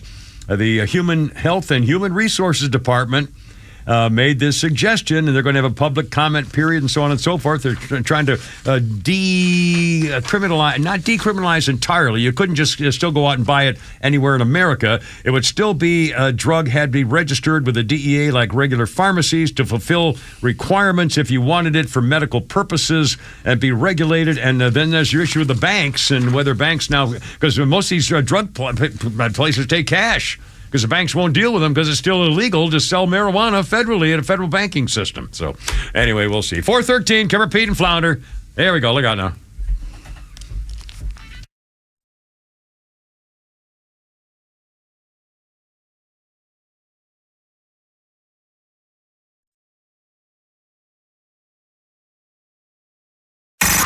It's time for the Bortz Report, exclusively on Atlanta's only conservative news and talk station, XTRA 106.3. Way down here in Florida, we have a Facebook page that entertains us on a daily basis with Democrat thoughts, preaching the mantra of the left-wing Democrat Party. Well, for instance, about 4 days ago, they entered on Facebook this post: "The purpose of housing is to provide shelter, not for a return on investment." Hope that helps. In other words, people should not be permitted to make money providing other people with shelter, i.e. homes, apartments, whatever. If you want Democrat dogma, Florida Rising, the name of the Facebook page, is your place. Recently, meaning yesterday, they posted this: grocery prices in South Florida are up 30% since 2019. Meanwhile, Publix profits are up 49% to $4.3 billion. Somebody is making money selling groceries. That's no more right than it is to make money providing housing. Of course, Florida Rising wants rent control. They want all of the Democrat goodies. But about the grocery prices, the response is greedy, greed, greed. Publix is greedy. Then you ask somebody to define greed. Do it sometimes. They can't. Just a word that makes a good weapon to be used against somebody else. I spent years trying to get somebody to get me a good definition of greedy. They couldn't do it. It's when somebody wants more than they deserve. Oh, really? Who gets to decide what somebody deserves? Well, it's when they want more than they need. Really? Okay. Who gets to decide what they need? The government? Florida Rising. Daily demonstrations of the illogical propensities of Democrats. What fun. Neil Bortz, XTRA 106.3. Hey, it's Tuck here with an important message. As the weather heats up, Southern Exteriors is gearing up with unmatched quality and precision. For over 25 years, they've been delivering top-notch craftsmanship that you can rely on. And let me tell you, they're hotter than the campaign trail in July. Got a home exterior project that's got you feeling the heat? Don't sweat it. From roofing to siding, gutters to windows and doors. Call 877-9-SOUTHERN or visit southernexteriors.co. That's southernexteriors.co. Get a free consultation. Southern Exteriors, your home's best ally with any project. You shouldn't need a degree in finance to choose a checking account. That's why we made Truist One Checking. No trade-offs, no compromise, no hassle. Just the stuff you want from a bank that cares. And that means no overdraft fees, lots of practical perks, and automatic upgrades. Truist One Checking. One simple choice. Visit truist.com/one. Truist.com/ONE. Truist Bank, member FDIC. Pack your bags and join the Georgia Tech Yellow Jackets football team in Dublin, Ireland as toe meets leather to kick off the 2024 football season in Dublin. The Aer Lingus College Football Classic will feature your Yellow Jackets versus the Florida State Seminoles in a special Week 0 matchup on August 24th, 2024. Don't miss this unique opportunity to visit one of the world's most popular travel destinations while cheering on the Jackets on a global stage. For travel packages, tickets, and more information, go to gt2ireland.com. Sting 'em. Being in an accident really bites. You need people around you that are going to make the whole process easier to deal with. I just described David Van Sant at Van Sant Law. He used to work for the insurance companies. What an advantage. He knows who to call, what to say, and they're not going to pull the wool over his eyes. Give him a call. Van Sant Law, 855-GA-INJURY, vansantlaw.com, 855-GA-INJURY. He's with it. I mean, it's we're talking about this AI business. I'll tell you, I mean, it's over. We're screwed already. We are not going to be able to figure out what's real and what's not in too many cases of everyday life. They've turned The Simpsons into what it would look like if it was real-life people, but set in the 1950s. They also did it to Star Wars and Star Trek. My God. And it's so futuristic looking. It looks cooler than the real stuff. Wow. AI, man. Is this Muddy? Is it a Mudster? Or Howlin' Wolf? Which one? Well, it was Muddy Waters. Muddy Waters. There you go. 1983, American blues legend Muddy Waters, the real name McKinley Morganfield. Muddy Waters, on this day in 1983, died in his sleep at his home in Westmont, Illinois. He was 68. Major influence on acts including Cream, Eric Clapton, Led Zeppelin, the Rolling Stones, named themselves after Waters' 1950 song Rollin' Stone. And they just recorded that in their last album. Best known songs include I Just Want to Make Love to You, I'm Your Hoochie Coochie Man, Got My Mojo Working, and the Stones' Muddy Waters connection. 1980, the Omni saw Eric Clapton, Muddy Waters open for him, and then he brought Muddy Waters out, and they jammed together. Yeah, because he said Eric Clapton was influenced by Muddy Waters. Unbelievable Cream show. And Led Zeppelin. Yeah, wow. You saw that show? Probably the greatest show, looking back, probably the greatest Omni, show at the Omni in 1980, 81, somewhere. I'll be damned. A friend took photos. We had photos of them on stage together. Cool. Yes. I saw him the last time he was here at Chastain, and it had to be the most lackluster concert I've been Clapton? to. Yeah. He's kind of... I mean, he's gotten older and stuff like that, but just a lot of the times in between songs, they'll talk and stuff like that, and he didn't say one word. He just went from song to song. And Well, when I saw him at the Omni in 1980, he was, I think, still on Smack. So, yeah, he was very talkative. Thanks, Daisy. On this day in history, in 2008, only dating after 6 weeks, Mariah Carey and Nick Cannon got married in the Bahamas. It lasted 8 years. So there you go. 404-741-1230. 420 on the clock. Is it time for a taste test? We could do we'll do a taste test, and we'll give away some tickets to go see this barbecue and family thing to raise police money in May coming up for our taste test. What do you got? 2 weeks ago, I brought in the new Goldfish crisps. I remember that. Salt and vinegar. Yeah, I didn't like the vinegar aftertaste. Vinegar aftertaste was not good for me. So here's the new one. Flounder, you should come in here and get some. If I can open this damn thing, that's going to Well, you can't open plastic anymore. I tried to open plastic stuff. Just couldn't get a knife. It's called sour cream and onion. There you go. All right, well, here, just put a couple on that piece of paper. There. Yeah, all right, yeah. Just 3 or 4. Yeah, there you go. Excellent. All right. Put some on mine. This is, it looks like a regular goldfish, a little lighter. It's not a dark. The original goldfish crackers are kind of dark gold and orange and stuff like that. These are much lighter, and they feel lighter also. They're not very solid. They seem very lighter. Healthier for you. Good. I like it. They are like Lay's. Salty, and it tastes like sour. Tastes like a potato chip would taste sour cream and onion. You want some flounder? Good. I'll come in there and try some. That's pretty good. What do you give it? Pardon my chewing. Give them A, B. What do you think? Well, I give it an A. If you like goldfish, it's a good goldfish. It's as good as the other look at it. He goldfish. just sticks his gnarly hand in there and grabs some. Oh, my God, man. What are you, NBA player? Sour cream and onion chips. No. That's what they taste like. Oh, they're pretty good. All right, and this is by who? Who makes these? Goldfish. Goldfish now, crisps they're called. Goldfish, and They're not paying us to say this. No, we don't take money from anybody.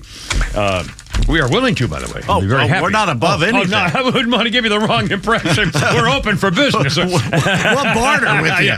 Well, someone is, a little, what do you got there? Something on the side. No, really, seriously. Hey, it's okay with me. No. Please. Between you and me, we don't have to. We're capitalists here. We got a little lag. We got like a thing going, We like money. We're Americans. God, 422. Let's give away these tickets. This is pretty cool. On May 16th, it's a Thursday, May 16th, there's going to be what's called a Back Our Blue and America 2 event. It honors Officer Joe Burson and the fallen officers, benefiting the Woodstock Public Safety Foundation and the Holly Springs and Cherokee Sheriff's Police Foundations. Thursday, May 16th, from 4 to 8 in the afternoon to evening at Rustick's Manor in Woodstock. It's a family event, something for everybody. Jump houses, fishing, rodeo for the kids, live country music, axe throwing, raffles, camaraderie, and happiness. May 16th, it's a Thursday, 4 to 8, Rustick's Manor in Woodstock. 4 tickets are yours, free of charge, just to go have fun. You can go to backourblueandamerica2.com if you want to do a thing. But again, if you can make it, May 16th, Thursday, May 16th, 4 to 8, in Woodstock, and we'll give you these. Hey, please don't call up and then say, I can't make it. Give it to somebody else. Yeah, right. That's I guarantee you 100 times I've had exactly that happen. 100 times. And another thing. Yes. Please, if you run one of these axe throwing places, and you serve liquor, how the hell did you get insurance? I don't know how they could allow you to have insurance. It's got to be unbelievable. I wonder if there must be a record of people slicing their leg. Well, you see the videos where the drunk girls go like this, and it goes behind them. Yeah. Into the crowd. Yeah, which, by the way, I'm in favor of drunk girls with hatchets and axes. I draw the line about sharp objects when they're drunk. Believe me. But I can say after having a few hurled and pointed at me. Well, I had that one thing with a girl with a knife. 2 times I've had rough with a woman. One of them she came at me with a knife, and that was a whole. You hear the phrase, "I will cut you in your sleep." Yeah, that's not. Luckily, I wasn't sleeping at the time. 424. That was a bad. Go to sleep. Bad place. It's okay. I'm right here. Oh, mercy. Let's see. By the way, what a horrible story. I even hate talking about it. In Charlotte, North Carolina, police show up to attempt to serve a warrant for a convicted felon. They wanted to get him for a firearm violation. Charlotte, North Carolina, 39-year-old guy. They approach the house. He starts shooting. Cops are hit. He's hit. He's dead in the front yard. Then all of a sudden, more gunfire from in the house, apparently by a woman and a 17-year-old boy. From inside the house, and all told, 8 police officers were shot, 4 killed in a gunfight. And good Lord. It was obviously an ambush, at least at the beginning. But the original bad guy they went for had the shootout with the police. He shot and killed some cops, and they killed him. And then from inside, more gunfire. I don't know. They're not releasing exactly what happened. How did they not know that there were more people in there? Was it I don't know. I don't know. I can't believe it. But again, there's no such thing as a routine police operation, even if a cop pulls you over. Imagine cops reading this story. Imagine he just wanted to go to a door and say, "Here, I have a warrant for your arrest, sir. Would you please come with me?" Bang, bang, bang, and you're dead forever. How'd you like to be a cop and pull over somebody by yourself, riding a patrol car 3 o'clock in the morning, pull over a suspicious vehicle, speeding and weaving and stuff like that, walking up to a darkened car at 3 in the morning by yourself, hoping to God that he's not going to shoot you through the window? How do you do that? There's no such thing as a routine stop or a routine case. You can't trust anybody. And again, a 17-year-old? They're U.S. Marshals? Jeez. Yeah, U.S. Marshals. Again, I don't know what happened. I don't know how they were hornswoggled. I don't know whether somebody had a machine gun up in the I don't know. So I'm not going to be critical of what the operation was. But clearly, this was a horrible mistake of some kind that would allow these officers to be gunned down like that. My God. Anyway, sorry. I even hate talking about it. And again, back to blue, man. This is what they do. Horrible, horrible, horrible. I wanted to be a statey for as a kid for a year. I wanted to be a motorcycle cop. I wanted to be a statey. those hats and the jod purse and the big boots and everything. It's a good look. The New Jersey State Police with those boots that go up to their knee. Yeah, the That's jod a good purse. look. Yeah, the jod purse and the big boots. On their motorcycle, the flying squad. That's right, man. I wanted to, in fact, my last motorcycle that I bought was a police motorcycle that I souped up, but it was the white police motorcycle, and that was and I had sold that. And they had the big leather gloves that go up to here. I've got those. I have those too. I have chaps. I have it all, man. I bet you do. I got leather. Chaps? I got leather chaps, baby. When's the last time you put chaps on? You got to wear chaps in here one day. I've got a picture. Hold on. I've got a picture in here. I'll do it during the break. I have a picture in my file, and I know I'm going to be able to find it, and I'll find it here in a minute. Look for it in the break. Look for it in the break. Hunter Biden is threatening to sue Fox News, which is pretty funny because he's suing because they allowed his laptop to go public. And originally, he, of course, had denied it was his laptop. Now he's claiming it is his laptop, and because it's his laptop, they had no right to show his pictures of him naked with girls doing cocaine. So, I mean, just the hypocrisy of these things. He's also suing because they did a series, The Trial of Hunter Biden. It was a limited series. I never saw it, but by the way, he's represented by this guy Garagos, who was a very famous lawyer for the Michael Jackson case, and I think he was involved in OJ too, if I'm not mistaken, and a couple of others. Garagos is a very famous guy. Anyway, so Hunter Biden's ready to sue them. He faces a criminal case in Delaware on the gun charges, and also a criminal charge in Los Angeles for evading $1 million in taxes. But he'll get away with it because of his last name, of course, as you know. Anyway, 4:30. We never did the 4 o'clock funny thing, did we?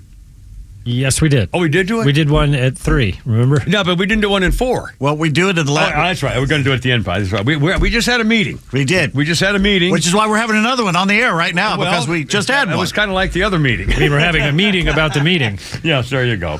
All right, incidentally, at 4:29, a couple of things. The White House has to come out, and the communication staff are legally required to come out with a transcript every time President Stupidface gives a speech or talks in public and so forth. Here's a few examples. The White House claims during 2024, this is just now, President White Trash has made 148 mistakes that they've had to correct. 148.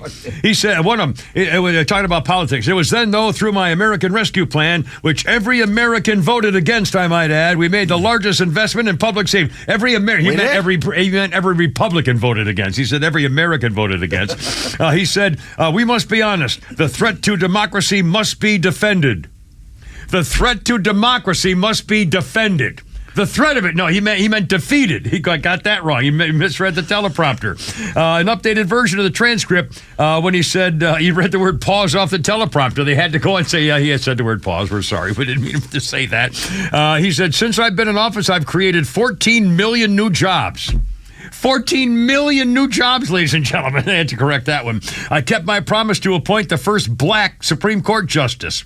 Well, no, maybe the first black woman Supreme Court justice. I mean, it just is unbelievable. The Biden White House corrected the president's State of the Union address 13 times. They didn't have to correct Trump's State of the Union address ever.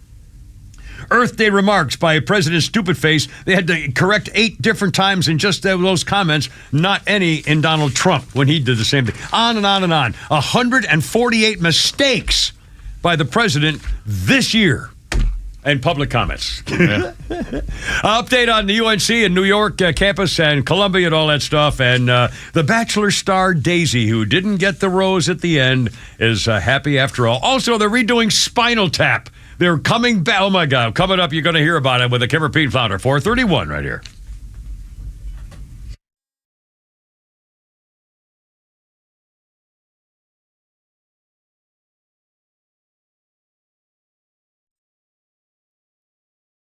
Atlanta radio legends collide on XTRA 106.3. The legend Neil Bortz is live every week with Atlanta legend The Kimmer. Because when you get these two guys together, who knows where we'll end up? I am shocked. Well, not that shocked. The Kimmer is live on your drive home every weekday afternoon from 3 to 6. And now Neil Bortz joins the show every week. And if you miss it, catch up anytime on the Extra 106.3 app. Hey fans, Xander from Atlanta Painting Company here. And with spring on the horizon, the home team won't be the only ones painting corners in Atlanta. This spring, save 10% off all exterior projects and get a free color consultation. We understand how valuable your home is to protect your investment with our industry-leading warranty and unmatched customer service. Don't just take our word for it. We have over 900 Google reviews telling you why we are the painters you can trust. Ready to get started? Visit us online at atlantapaintingcompany.com to schedule your free home consultation. The Atlanta Painting Company, the painters you can trust. Hey golfers, the next time you're looking for a quality course to play with a great variety of hole layouts and elevation changes that demand every shot in your bag, then you've got to line up a tee time at Wolf Creek Golf Course. Since 2001, Wolf Creek has earned a reputation as one of the most challenging and most fun golf course experiences out there. Wolf Creek is conveniently located just 10 minutes west of the Atlanta airport and only 15 minutes southeast of downtown Atlanta. When you play golf at Wolf Creek, you'll find beautiful natural scenery and excellent turf from the tee boxes to the fairways to the greens, with top-notch Bermuda grass in tournament condition. After your round, Wolf Creek offers a patio area for your group to enjoy a 19th-hole gathering. Golf Digest selected Wolf Creek previously as one of the best golf courses to play in the Atlanta area. To book a tee time, please visit wolfcreekgc.com or call 404-344-1334. That's 404-344-1334. wolfcreekgc.com. From now until Mother's Day, Solomon Brothers Jewelers is offering an exclusive deal. Receive a complimentary Big Green Egg Grill with any qualifying jewelry purchase. It's the perfect opportunity to fulfill Mom's wish list with the stunning pieces like a diamond tennis bracelet, diamond stud earrings, or a timeless eternity band, all crafted to last a lifetime. Plus, while you're treating Mom, why not treat yourself too? Take home a Big Green Egg Grill courtesy of Georgia Spa Company. But wait, this deal isn't just for Mom. Whether you're celebrating a birthday, welcoming a new addition to your family, or simply want to show someone special how much you love them, this offer is for you too. Our incredible showrooms guarantee that you'll find the perfect gift for your mom or loved one at just the right price. So visit us anytime now until Mother's Day at any of our 3 locations in Buckhead, Alpharetta, or Peachtree City and find the perfect gift for any occasion with the extra gift for yourself of a free Big Green Egg Grill online at SolomonBrothers.com or on Instagram at Solomon Brothers. Hey sandwich lovers, today's your lucky day. There's a whole new way to roll for lunch or dinner delight with Nucky's Hoagies in the Roswell Corners Shopping Center. Now open. Nucky's Hoagies in Roswell is family owned and operated by the Sub-Sisters, Stacy and Shannon, whose love language is food and Nucky's Hoagies, their passion. When you bite into a Nucky's Hoagie, you'll taste the difference. The softest hoagie rolls ever, along with hunger-quenching sandwich combinations. Make Nucky's Hoagies in Roswell on Woodstock Road your new favorite spot for lunch or dinner. My name's Jeff Criswell. I'm running for U.S. House of Representatives, Georgia's 6th District. I'm a Republican. I'm very conservative. I'm sort of a middle-of-the-road kind of person, which I think in Georgia District 6 is really going to work to my advantage because it's a very diverse district. You know, if you ask me right now, the big issue is immigration. Also, the cost of living. My goodness. The numbers are crazy. It's so much more expensive now to live, to go buy groceries, to buy gas. We've got to do something about the cost of living, and I believe that all of that is linked to the national debt, which would be my third sort of an issue here. We've got to stop spending money that we don't have. The reason I think people should vote for me is because I am brand spanking new to this business. I am going to bring a very new perspective to this. Go over to jeffcriswell.com. That's Jeff Criswell, CRISWELL.com. Hit that donate button. Help us out. By all means, we want to partner with you because we can win this district. This message is paid for by Jeff for Georgia 6. Oh, my God. We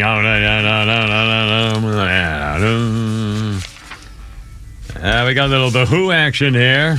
Now, Flounder, we got a double whammy. Should I do both of them? Yes, sir. Excellent. Flounder was going way above and beyond today, our musical director. On this day in 1980, the film McVicker with Roger Daltrey from The Who in the title role premiered in London, 1980. John McVicker was a 1960s armed robber turned writer who Scotland Yard publicly announced to be public enemy number 1 and was wanted dead or alive. 1960s robber. And then in 1976, Keith Moon paid 9 cab drivers to block off both ends of a New York street so he could throw the contents of his hotel room out the window. Wouldn't you love to just do that? Oh, man. In fact, I was, where did I just read this? Somebody, oh my God, I just read this story. Somebody said it was working with a rock group or something. And they said, I've always wanted to trash a hotel room. And so the rocker said, you know what? On me, have a ball. And he said, here's the key, just go ruin everything. And the guy destroyed all the lamps and the stuff. It cost him like $800 or whatever. And he said, boy, was that fun. I can't remember where I read it. I just read it. It might have been one of, you know what it was? What? I think it was in that 60s rock and roll magazine that you gave me about the old rock and roll. One of our listeners gave me that. Yeah, that's right.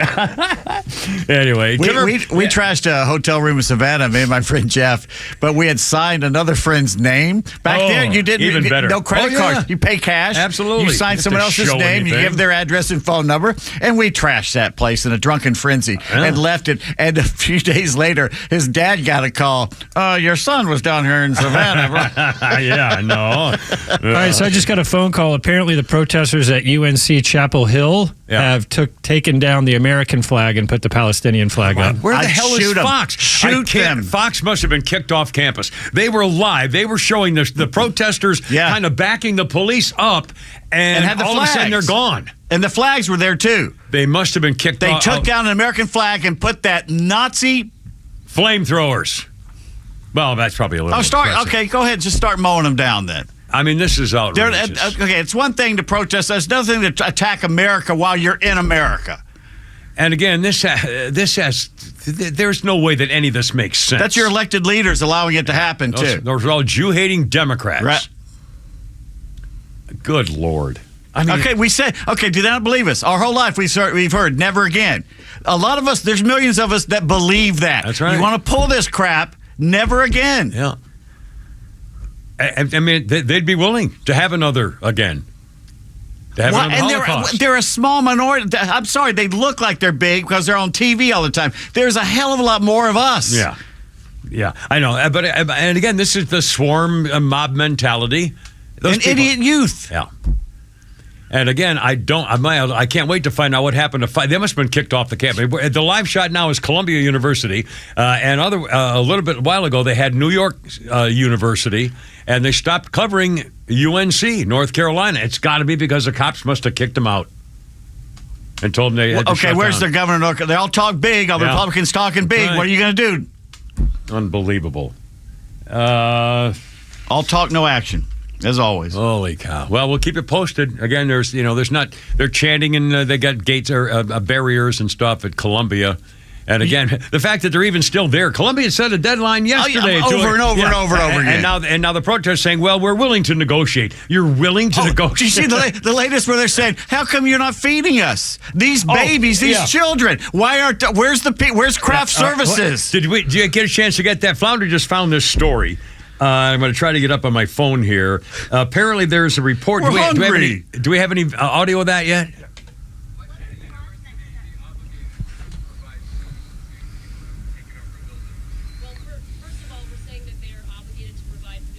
Obligated. Who do you think you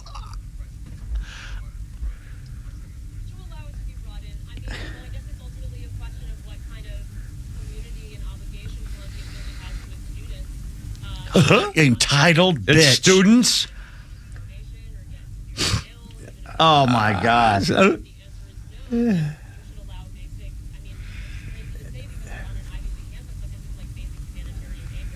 Dumbest generation ever.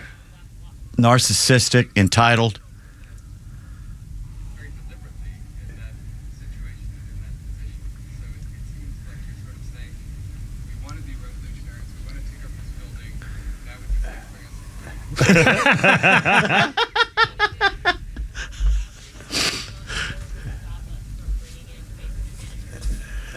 Basic humanitarian aid. You didn't give a crap about the word humanitarian on October 7th Humanitarian? Really revolutionaries, aren't they? Humanitarian, slicing babies alive off their heads off, tying men and women together after raping the women and then tying them together and setting them on fire while they're alive. Yeah, that real humanitarian issue there. And by the way, some of the reaction to this story, kids their age in Israel are already serving their country. Yeah. How about the NYPD arrest this chick right now? We need to consider the possibility that our most selective elite universities are not selective and elite. Meanwhile, the guy behind her is wearing a crop top and showing off his belly button. I would never send my kid to a university that didn't expel these students on the spot. Next leader meeting. Hey, next time, let's take over the food court. And they love doing hunger strikes, right? Well, let them have a real one instead of the typical ones where they switch off strikers every few hours. I'm okay if they turn off the water in the building, too. And by the way, these people are like, they're going to have a hunger strike for like 4 hours. They're not going to have food for 4 hours to show that they're in solidarity. If it's unfreaking believable. Are we got a phone call? Lori, you're on the radio, baby. How's it going? What's up? Can you believe all this? No. Oh, my God. Did y'all get to see, though, the one guy had the flag out early in the morning, and he done like Robin Williams of Good Morning Vietnam. Yeah. And he had her intercom. Did y'all see that? No, I missed it, unfortunately. Oh, my God. Flemmer needs to look it up and play it. It was hilarious. Outstanding. It was one guy, and he was like, wake up! Early in the morning. Oh, I love it. I'm telling you, you're so right about the little kids falling in the floor, pitching a fit. Pete was so right. Yeah. Oh, that's exactly who these people are. Yeah. Entitled, spoiled, have never taken responsibility for their actions. God. Yeah. Mowing down. I can't get over it. Hey, Lori, thanks, sweetie. Have a great day. 4:43. Holy cow. Bullies.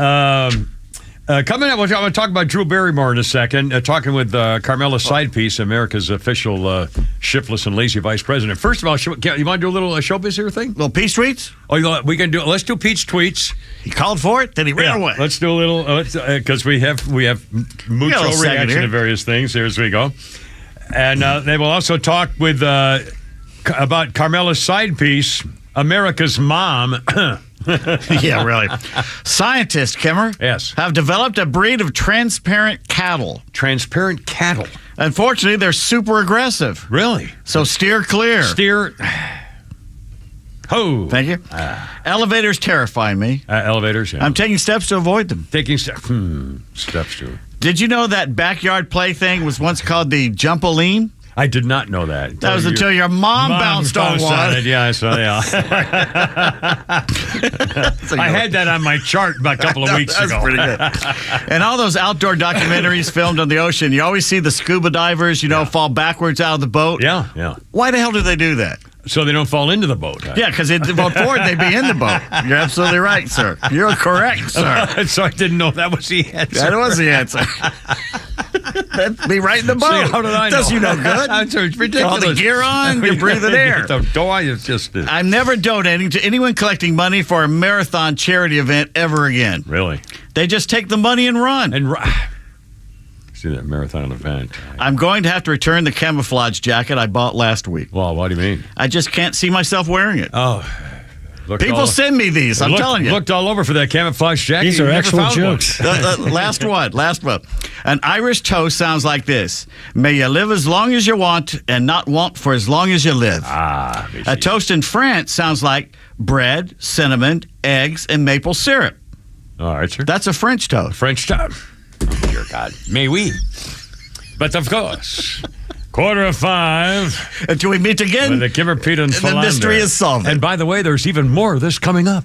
Right till 6 o'clock. That's all I got. Oh, it's unbelievable. I can hear the crowd now. More. We want more. It's 4:45. We got more for you. I got a little something.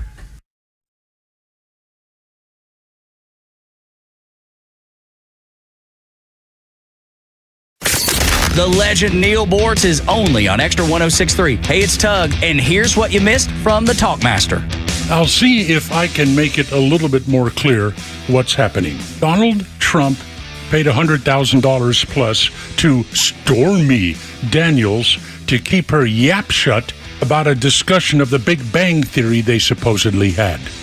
Trump had his fixer, Michael Cohen, pay the money to Stormy Daniels. Then Trump paid Cohen back. Are you following this so far? Catch Neil's commentary every day on Extra 106.3 or listen anytime on the Extra 106.3 app.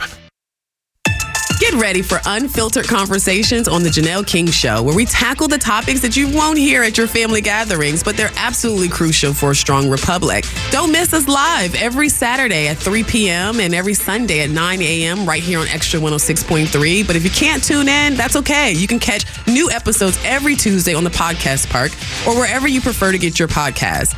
Join us for these discussions, and I can't wait to meet you there. Join A Second Chance Bail Bond CEO Daniel Madelon and host Tug Gower for the weekly radio show Back Your Blue. They will highlight special initiatives, criminal justice programs, and community events aimed at keeping our communities safer. Tune in Saturdays at 10 a.m. to learn some good news about and from the law enforcement and justice communities. Tune in on Saturdays or catch up on all past episodes wherever you get your podcasts or at thepodcastpark.com. No one plans on going to jail, but when it happens, it's important that you know who to call. Call A Second Chance Bail Bonds, where we believe everyone deserves a second chance. Whether your loved one's been arrested in Cherokee, Clayton, or any of the other metro Atlanta counties in between, A Second Chance Bail Bonds works fast to help expedite release within hours. A Second Chance. It's better to know us and not need us than need us and not know us. Call A Second Chance 24/7 at 404-BAIL-OUT or online at atlbail.com.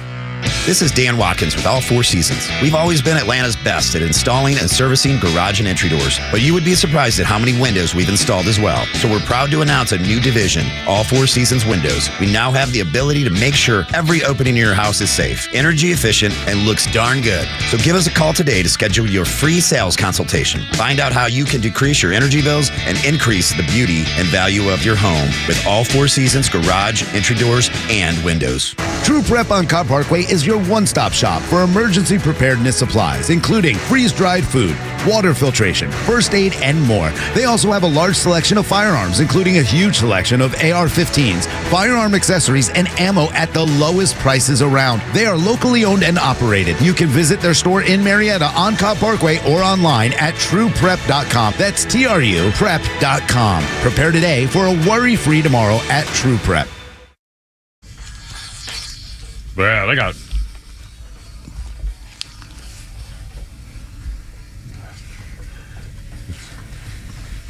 Da, 449, Kimmer, Pete, and Flounder. Look out.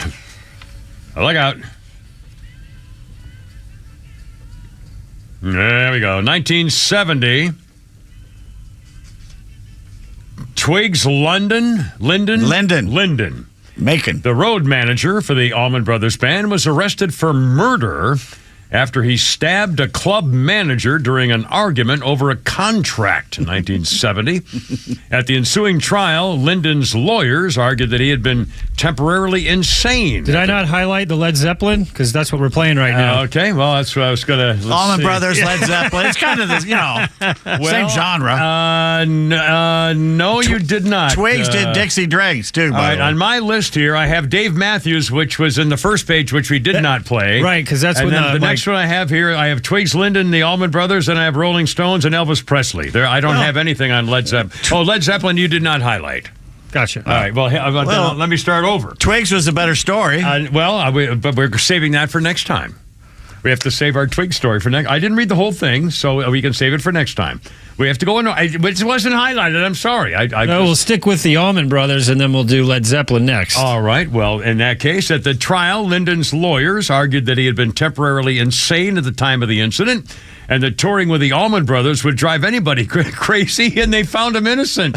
Where was the you trial? You were traveling with the Allman Brothers? Yeah, we can understand that. Where, Macon? Oh, my God.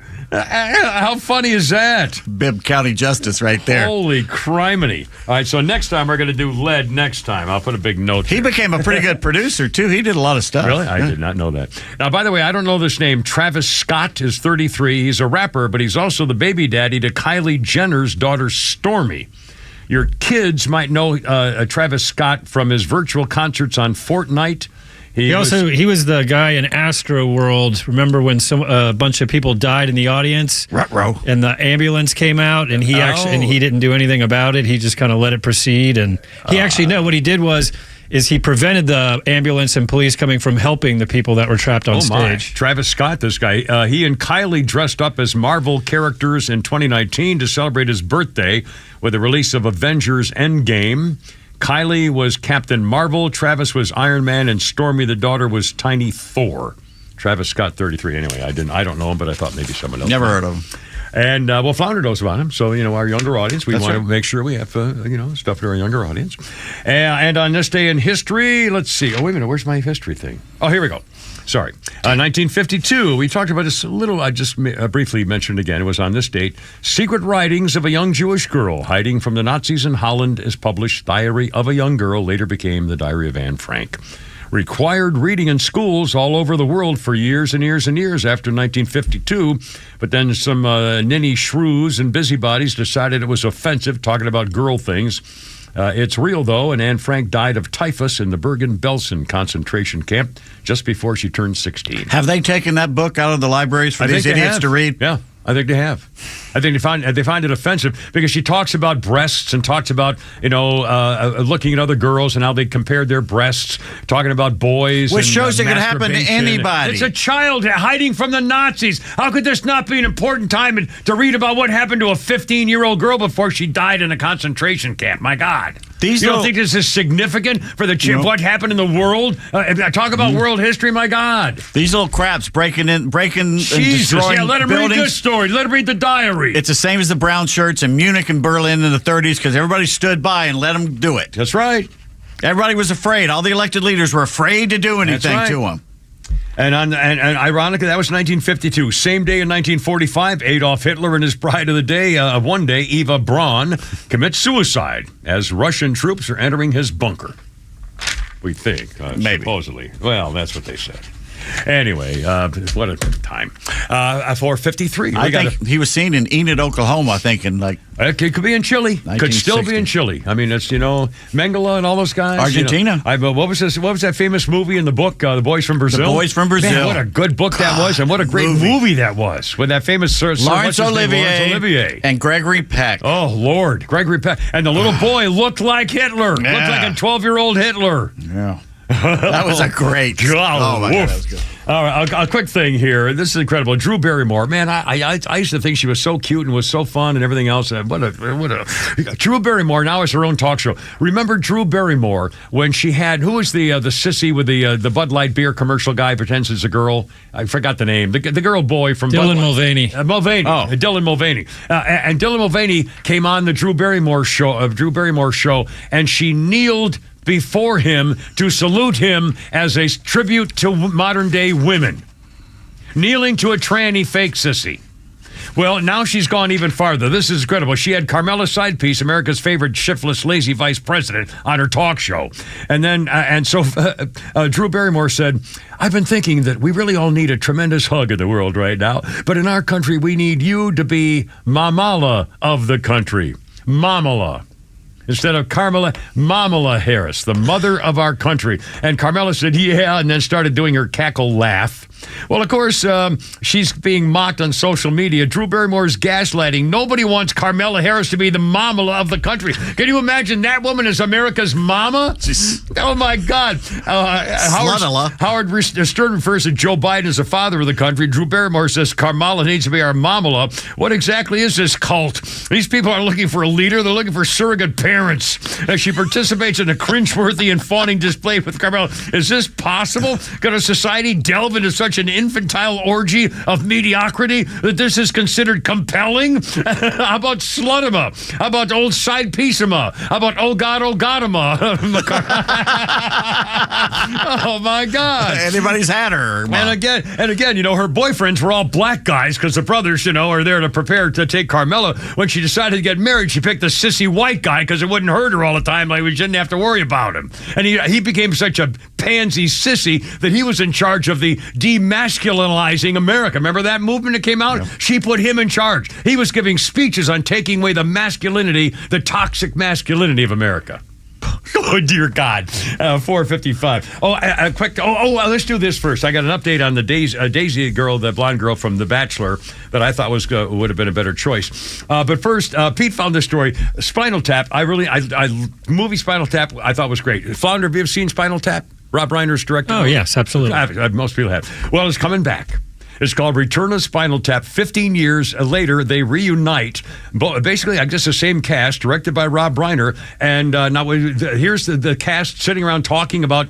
Yeah, it's been longer than 15 years since the movie, but they allegedly, the fictional group has been split up for 15 years. Right. And now they come back for their farewell tour. And they're sitting around just shooting the crap, talking. And here's some about of what they say. Jazz. About jazz.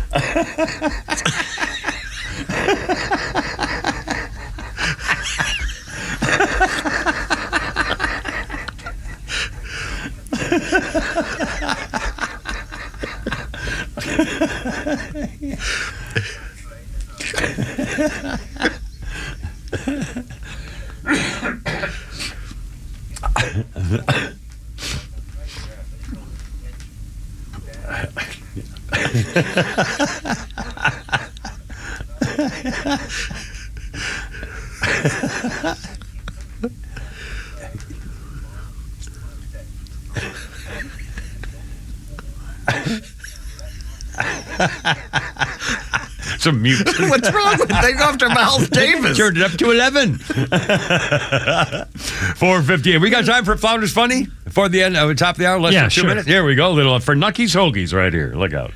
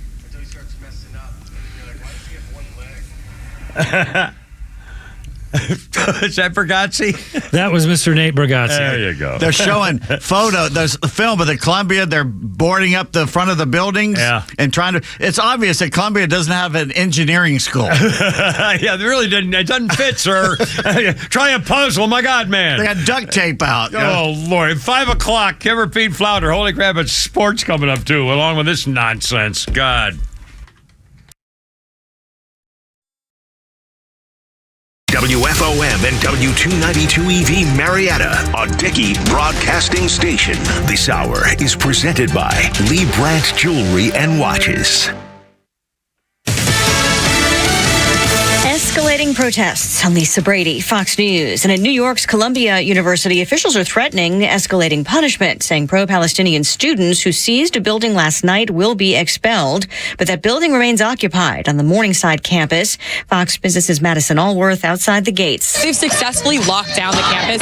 Students and protesters cannot get in, but the students that are already in the campus are leading protests from inside. I know that there's a real hesitation to bring in NYPD after those arrests a week or two ago because of the backlash really was seen as the way that this was ramped up because of that NYPD action. But at this point, the students are still there, and none of them, even with threats of expulsion, are leaving. The protesters continue demands, including divestment from Israel and amnesty for disciplined students and faculty. On other campuses across the country, there have been barricades, closures, canceled classes, and hundreds of arrests. We will not allow anti-Semitism to thrive on campus, and we will hold these universities accountable for their failure to protect Jewish students on campus. House Speaker Mike Johnson has multiple committees investigate the protests. The White House says protests must be peaceful and that taking over buildings is not, but they're leaving the response up to schools and states.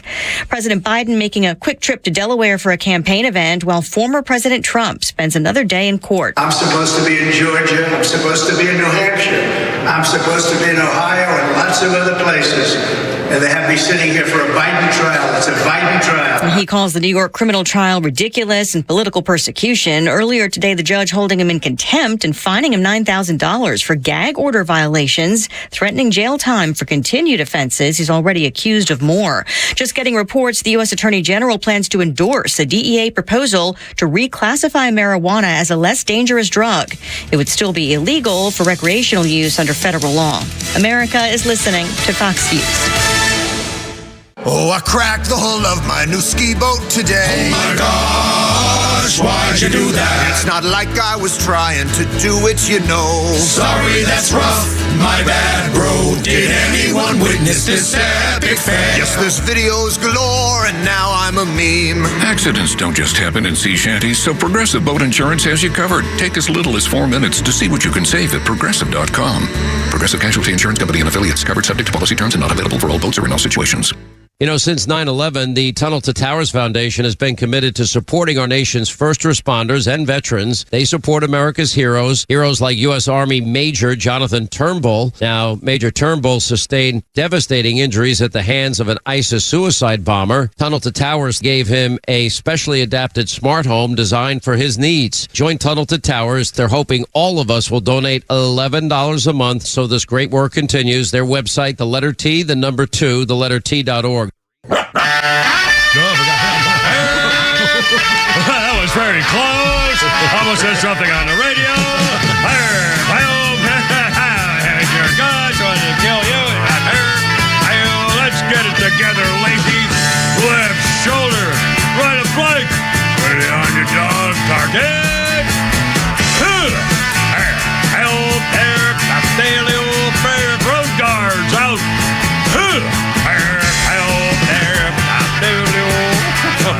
Look out.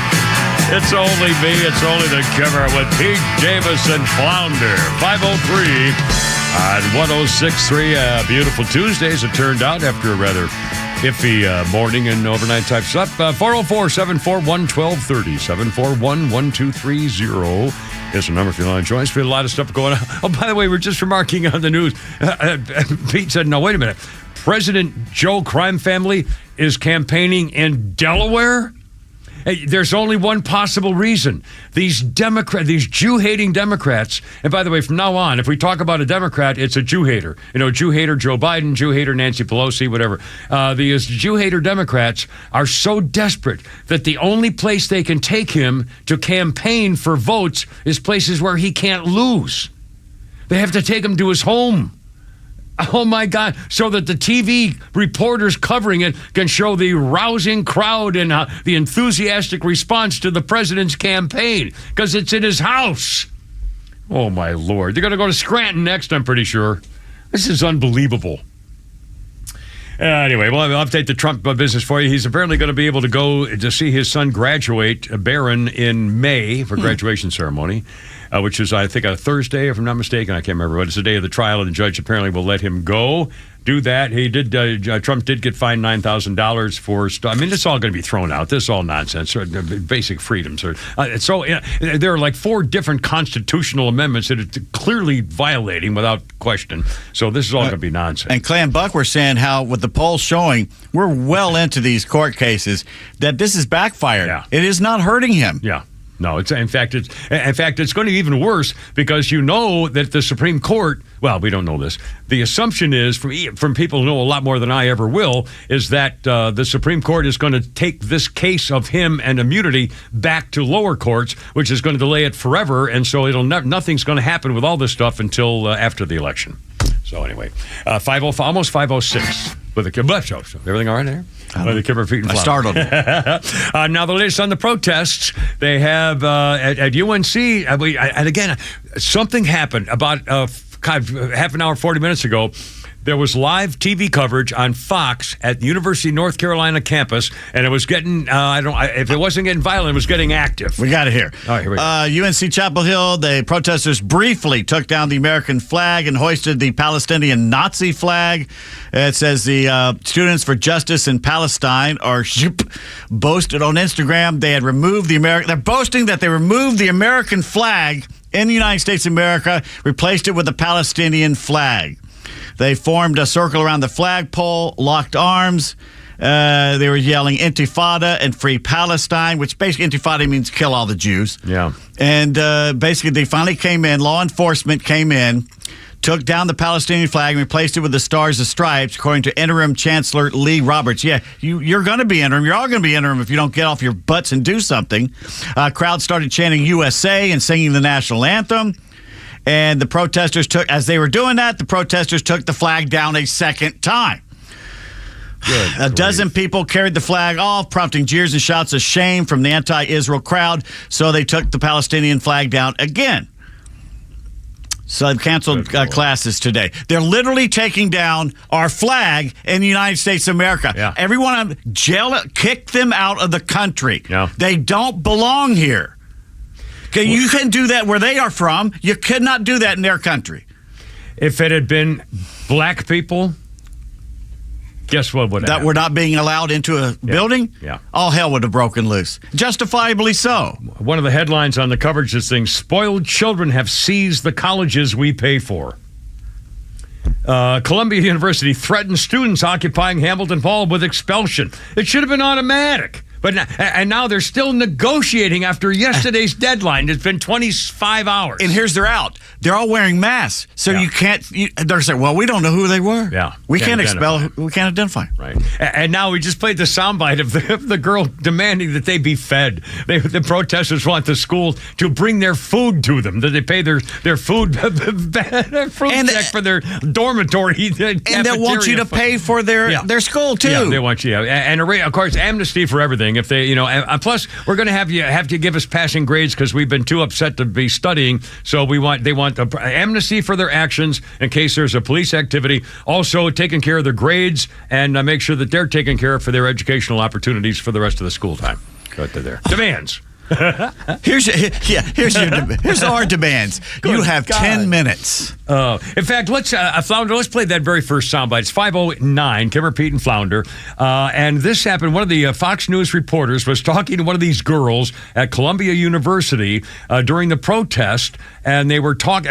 What happened was when they stormed the place at like 1 o'clock this morning, they took over the hall. They broke windows and chairs and tables in front of the doors, blocked people from getting in. They just took over everything at 1 o'clock in the morning. And apparently there were some janitors who were locked in, kept inside the building, and were not allowed to leave. Although here's a protester talking to a Fox News reporter denying the whole thing, basically, and not taking any responsibility. How do you feel about them taking over the building right now? I think that their cause is a just cause, and I hope that the administration really hears their demands. I think they're just demands.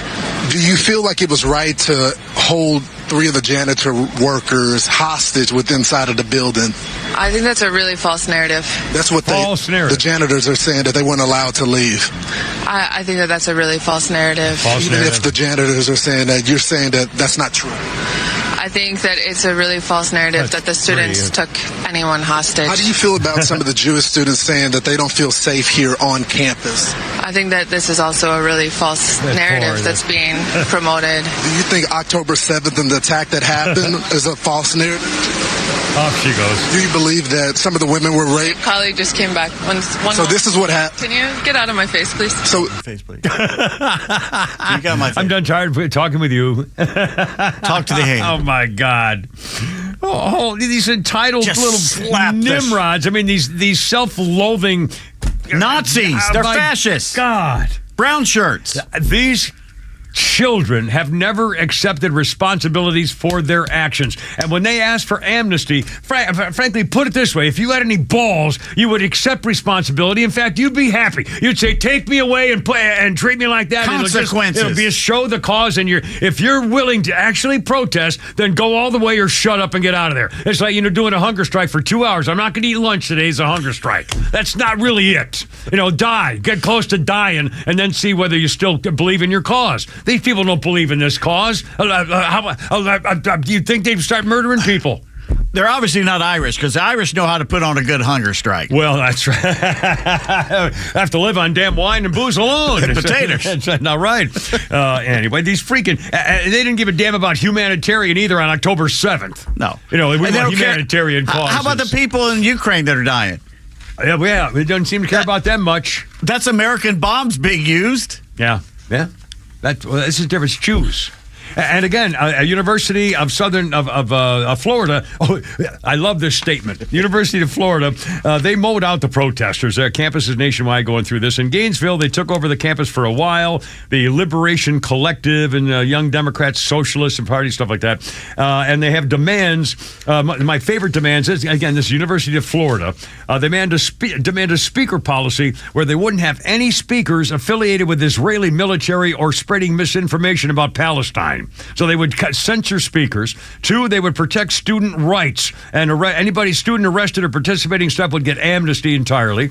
Also, academic and emotional support, providing accommodations for the students to ensure academic success. So they want amnesty for everything, good grades, everything's fine, nothing on their record and everything else. That's not really what a protest is. It's not. You can't just say, I'm protesting and now I want you to take care of everything like it never happened. Boy, you really won your case there, didn't you? Well, here's what the University of Florida wrote down. This is hysterical. Quote, this is not complicated. The University of Florida is not a daycare, and we do not treat protesters like children. They knew the rules. They broke the rules. They'll face the consequences. For many days, we have patiently told protesters, many of whom are outside agitators, they were able to exercise their right to free speech and free assembly. We also told them clearly prohibited activities would result in trespassing order from the police department on campus, barring them from all university properties for 3 years. And an interim suspension from the university. So if they get caught trespassing and get a charge on it, 3 years barred from the university. They reiterated the rules over and over. Today, individuals who refused to comply were arrested after police gave multiple warnings and opportunities to comply. And boom, bam, pow. And in fact, just real quickly, the Babylon Bee has gotten an awful lot of... I can't find my phone thing. I swear I got just... So hold on, Flounder. I'm almost done here. The Babylon Bee had a couple of great headlines to go along with all this stuff. Well, crap. Now, hold on. Oh, crap. Wait a minute. No, that's not it. Here we go. I got it. Biden dropped support for pro-Palestine protesters after realizing how bad their hair smells. And one of my other favorites, corporate recruiter scouts Ivy League University for entitled anti-Semitic communists with $200,000 in debt. And Hamas thanks college student supporters by promising them a quick death during global intifada, ladies and gentlemen. 14 after 5. Holy crap, but sports is next.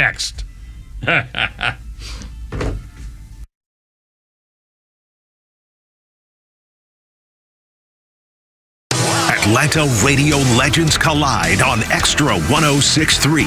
The legend Neil Bortz is live every week with Atlanta legend The Kimmer. Because when you get these two guys together, who knows where we'll end up? I am shocked.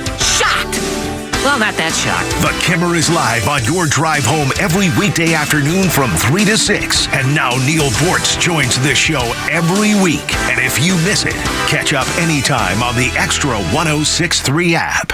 The Atlanta Braves are committed to telling the stories of players both on and off the field and are proud to present Always Believe, the Ozzie Albies story, presented by Harris Cherokee Casinos. Viewers get an up-close and personal look into Ozzie's life, including his upbringing in Curacao, the Ozzie Albies Foundation, and how he has become one of the most beloved and successful second basemen in Atlanta Braves history. Don't give up on your dreams. Keep working hard.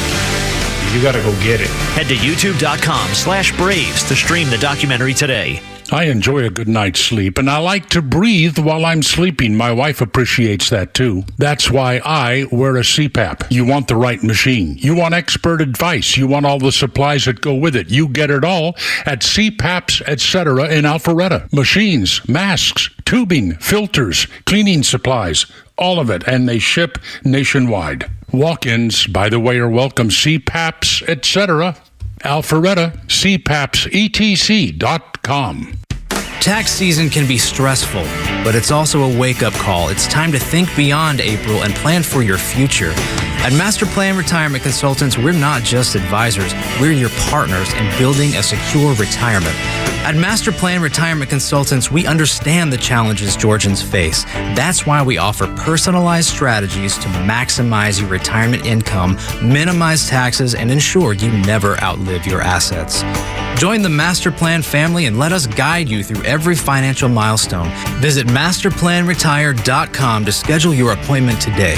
Master Plan Retirement Consultants, where your journey and destination are both important. Visit masterplanretire.com to schedule your complimentary consultation today. Advisory services offered through Master Plan Retirement Consultants, Inc., a registered investment advisory in the state of Georgia. Insurance, tax, and commodity services offered through Fricks & Associates, Inc., DBA Master Plan Retirement Consultants. The aforementioned are affiliated companies. Marketing is everywhere. From the billboards on the highways to the notifications on your phone, we are constantly bombarded with people trying to sell us stuff.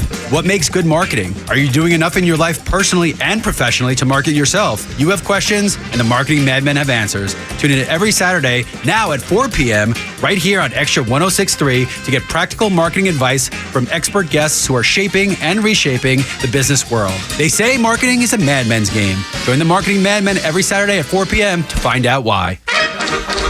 Our 5 o'clock hour is sponsored by Lee Brandt Jewelers, where luxury jewelry and watches are affordable.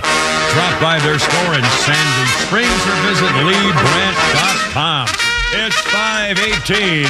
Holy crap, it's sports with Pete Davis. Braves led 1-0 after 8 innings last night in Seattle. Unfortunately, a Major League Baseball game is still 9 innings. This happened in the bottom of the ninth. 3-2 to the plate. And that's hit way up into the air to deep left field, over towards the bleachers, and it's out of the ballpark. I hate when that happens. Ben Ingram was 680 the fan there.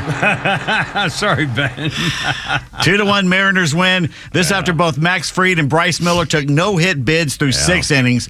Ozzie Albies drove in Ronald Acuna Jr. for the Bravos' only run. You're over there saying, yeah, like you stayed up and watched I watched, I think, the first inning and a half, and then I started working on the show.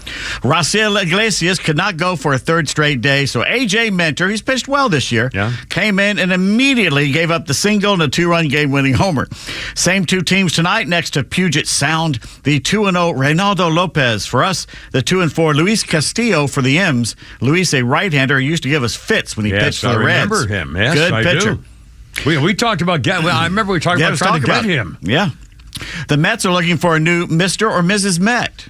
I didn't know they had. If this such a doesn't thing. work out, there's always somebody could trade families like they did. Wasn't the Mets guys who traded Yankees, families? Mike Kekich and Fritz Peterson, who just passed away, I believe. That's right. We just talked about that. Literally traded wives and children. Yeah, families. They used to do everything together as families, and they realized, I love your wife and you love my wife, so let's switch. And they did. The Yankees and one of them stayed together forever. I think for that one, the Yankees wouldn't even allow mustaches, and they're trading families. Wife and the kids just move houses. For those who weren't around, the 70s were a unique time. Very different.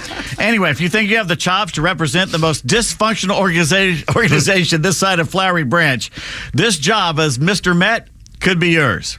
Guess how much the Metropolitans are willing to pay you to don Mr. Met's giant head. Now, this is the mascot who just walks around, goes to the stand, stuff like that. He has a big baseball head, stuff like that. Yeah. How much you would pay him to go to the obviously he'll go to the home games and meet the crowd, stuff go like out that. to charity events. So you'd have to do PR stuff. So it'd probably be a full time, at least in the summer for 8 months out of the year. It'd be pretty much full time all job. year, I think. Probably $50,000 higher.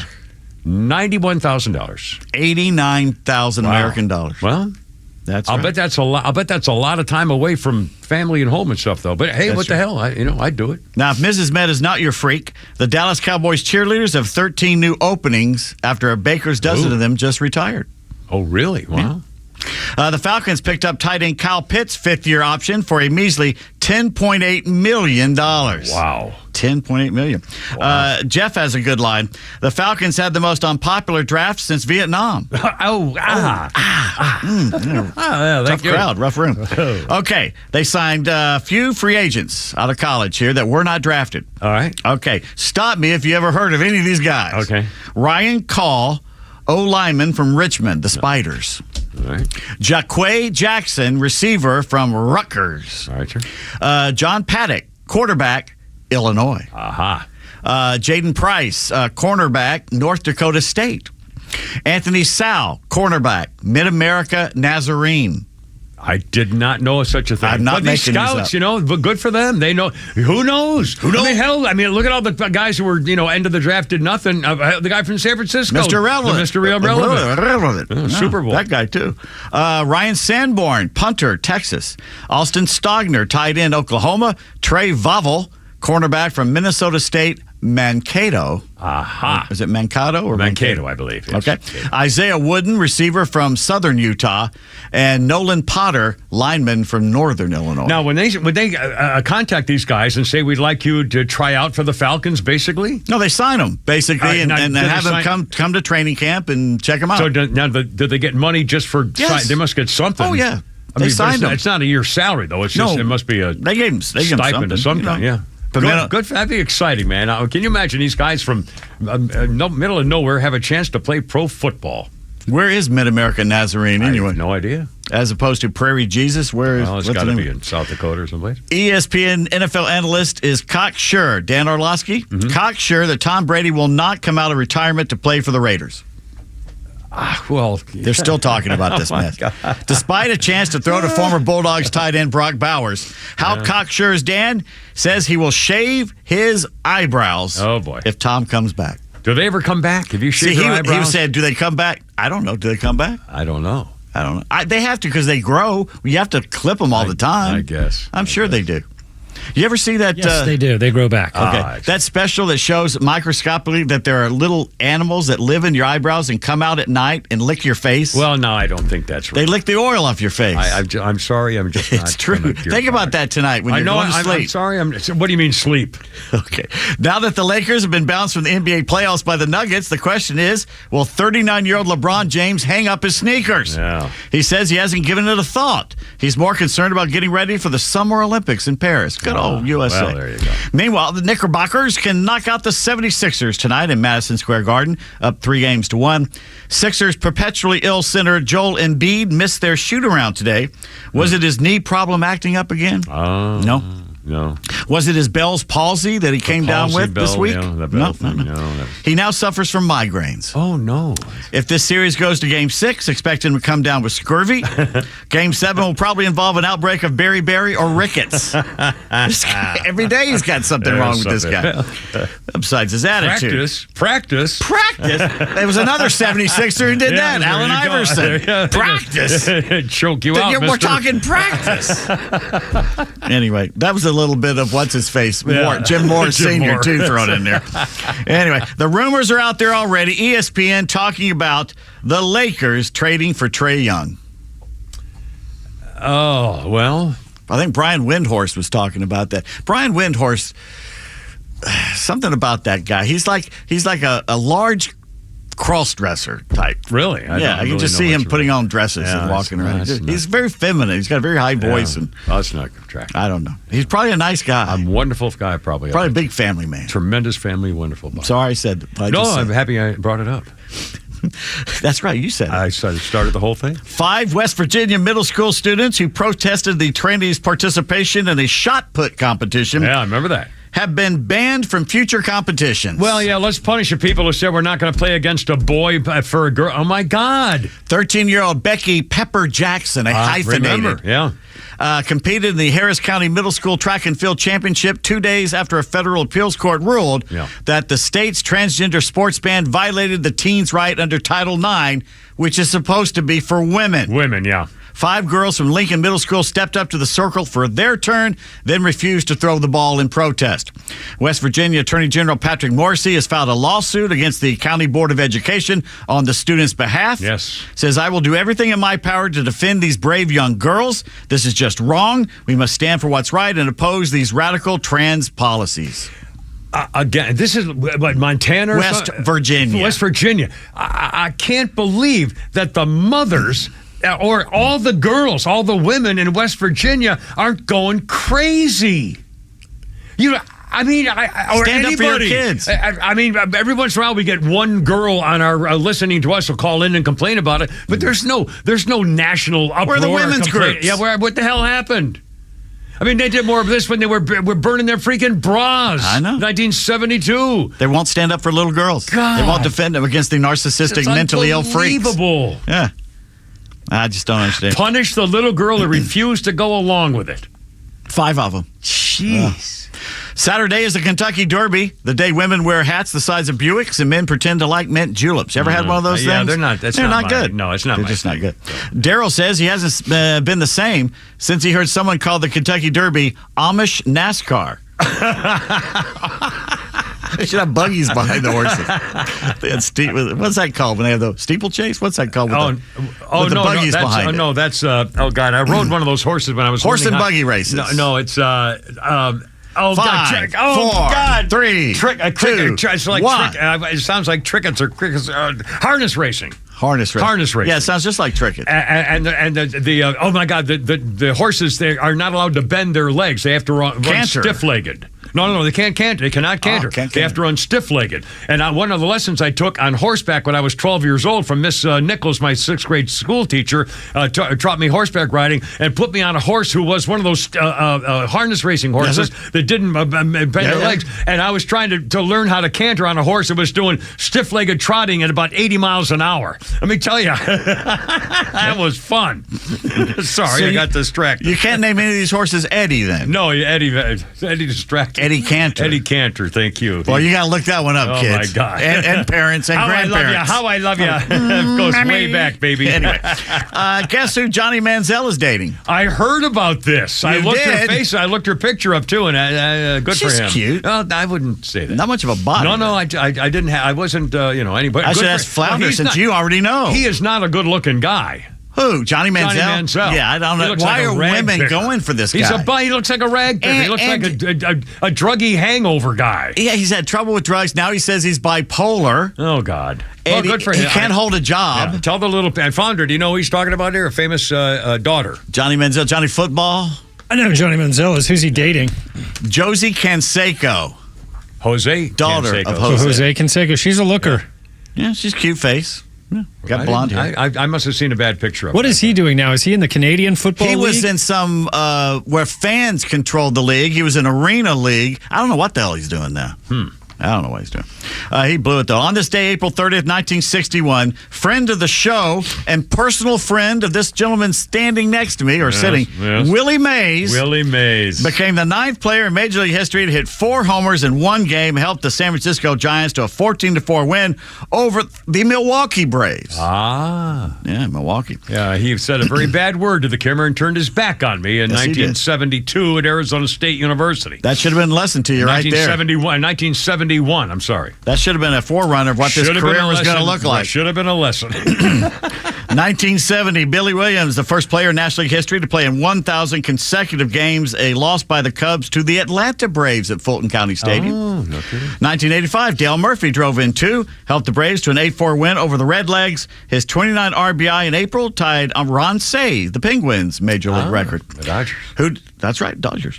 1997, the Bravos end April with 19 wins. They went 12-2 at the brand new Turner Field. Mm-hmm. And 2013, Tim Hudson, who had zero body fat on that guy. Yeah, right. We was down in spring training once, and they interviewed him in the locker room. The guy, he basically standing there in his jockeys. Yeah. And he was like Jim Palmer doing the underwear ads. Had the one knee up on the thing and looking at and talking to people. Yeah. Not an ounce of fat on that guy. Yeah. Yeah. Have you ever in your life been able to say, maybe at Paris Island, you had not an ounce of fat? I did 2 times at Paris Island, and also I went from 205 to 172 at Paris Island. I was also a squad leader, got a stripe out of it. But and Mackie Shillstone, the trainer for Michael Spinks, heavyweight champion, trained me, and my body fat got down to I weighed 205 and had a 32-inch waist after training with him, who after trained Michael Spinks. I was his first guinea pig, and my body fat was something like 4%. You didn't have to do the side story, though.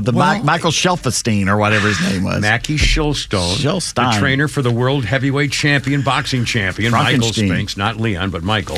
Anyway, on this date in 2013, Hudson allowed 3 hits over 7 scoreless innings and homered as well while recording his 200th career win, and he beat the Nationals. Where did he matriculate? Where did Tim Hudson go to school? I do not know. Where is he now, the pitching coach or manager or something? He's working with the school again right now for something. I don't know. Auburn. Well, good for him. Yeah. Especially seeing 5:31. We have even more sports history coming up, and a birthday, Isaiah Thomas, Hall of Famer, 63, basketball star. Mm-hmm. And more coming up. Kimmer, Pete, and Flounder, 5:31. We still have stuff. We have Flounder's Funnies. And you're going to hear some sound bites too. So we got newsy stuff too. It's all coming up next. Right here, I swear. I'm not even making that up.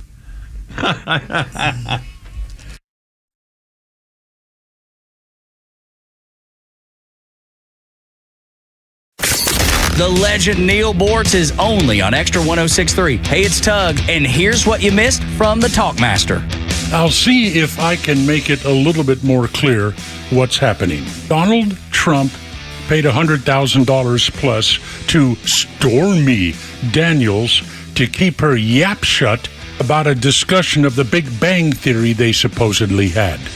Trump had his fixer, Michael Cohen, pay the money to Stormy Daniels. Then Trump paid Cohen back. Are you following this so far? Catch Neil's commentary every day on Extra 106.3 or listen anytime on the Extra 106.3 app. Hey, Dad, can I ask you something? Sure. How do you know when you're in love? Well, can't stop thinking about him. Your heart races sometimes, and you just want to be with him every moment of the day. Dad, I think I'm in love then. Got a picture? Yeah. Oh, yep. I remember my first Subaru, too. There are so many reasons to love a new Subaru from Subaru of Gwinnett, like standard symmetrical all-wheel drive on most models, top-rated gas mileage, and technology and safety that will give you the warm and fuzzies. Like the 2024 Subaru Crosstrek, with 182 horsepower and up to 120 cubic feet of interior space.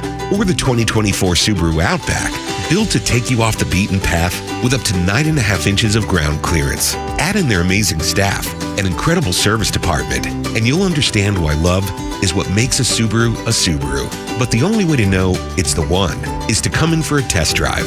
Subaru of Gwinnett, Satellite Boulevard in Duluth, or start shopping online at SubaruofGwinnett.com.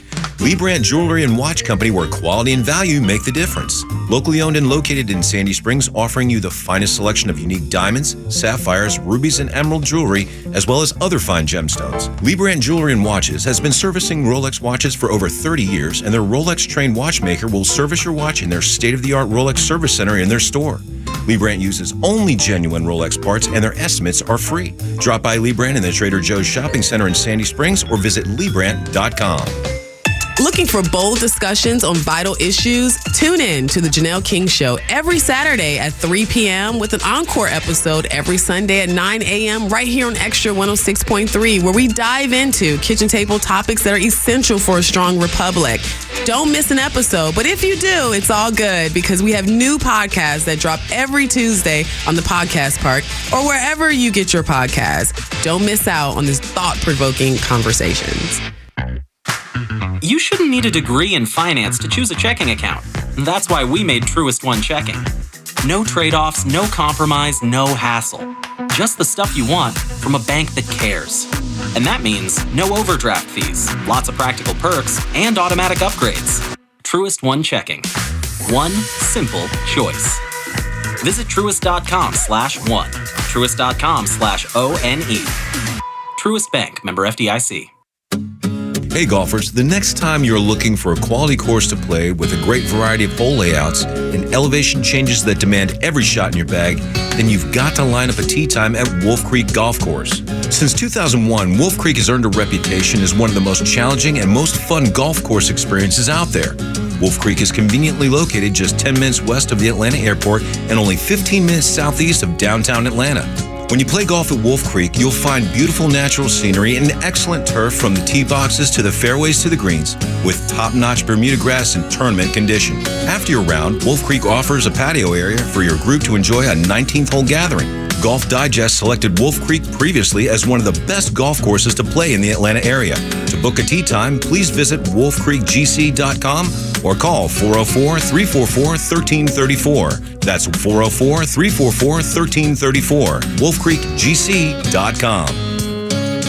Hey Atlanta, it's Mark from the Safe House. And now, the security riddle of the day. What's less secure than a fake safe from a furniture or big box store? Joe Biden's fake border policy, of course. But hey, there is good news. This time next year, Joe Biden will not be president. So drop by Atlanta Safe House and check out the largest selection of safes in the Southeast. Build a wall around your valuables with a safe from the Safe House. We have certified delivery crews to install your safe. With over 30 years in the safe business, the Safe House is the place to buy safe in Georgia. So go to atlantasafehouse.com. You have enough to deal with after an accident. You don't want to spend a lot of that time messing around with insurance companies. Besides, what are you going to say to them? You really know the ins and outs? David Van Sant at Van Sant Law does. He used to work for the insurance companies. Their worst nightmare. He knows who to call, what to say, how to listen to them, and he has your best interest at heart. Van Sant Law, 855-GA-INJURY. VanSantLaw.com, 855-GA-INJURY. The Lidster. Zepparoni, 537. Kimmer, Pete, and Flounder, how you doing? 1977, Led Zeppelin broke a new world attendance record at a concert when Led Zeppelin played to a crowd of 76,229 at a gig in the Pontiac Silverdome in Pontiac, Michigan. That was Led Zeppelin. The Who held the previous record at the same place with 75+ thousand. Led Zeppelin had 76+ thousand. Holy cow.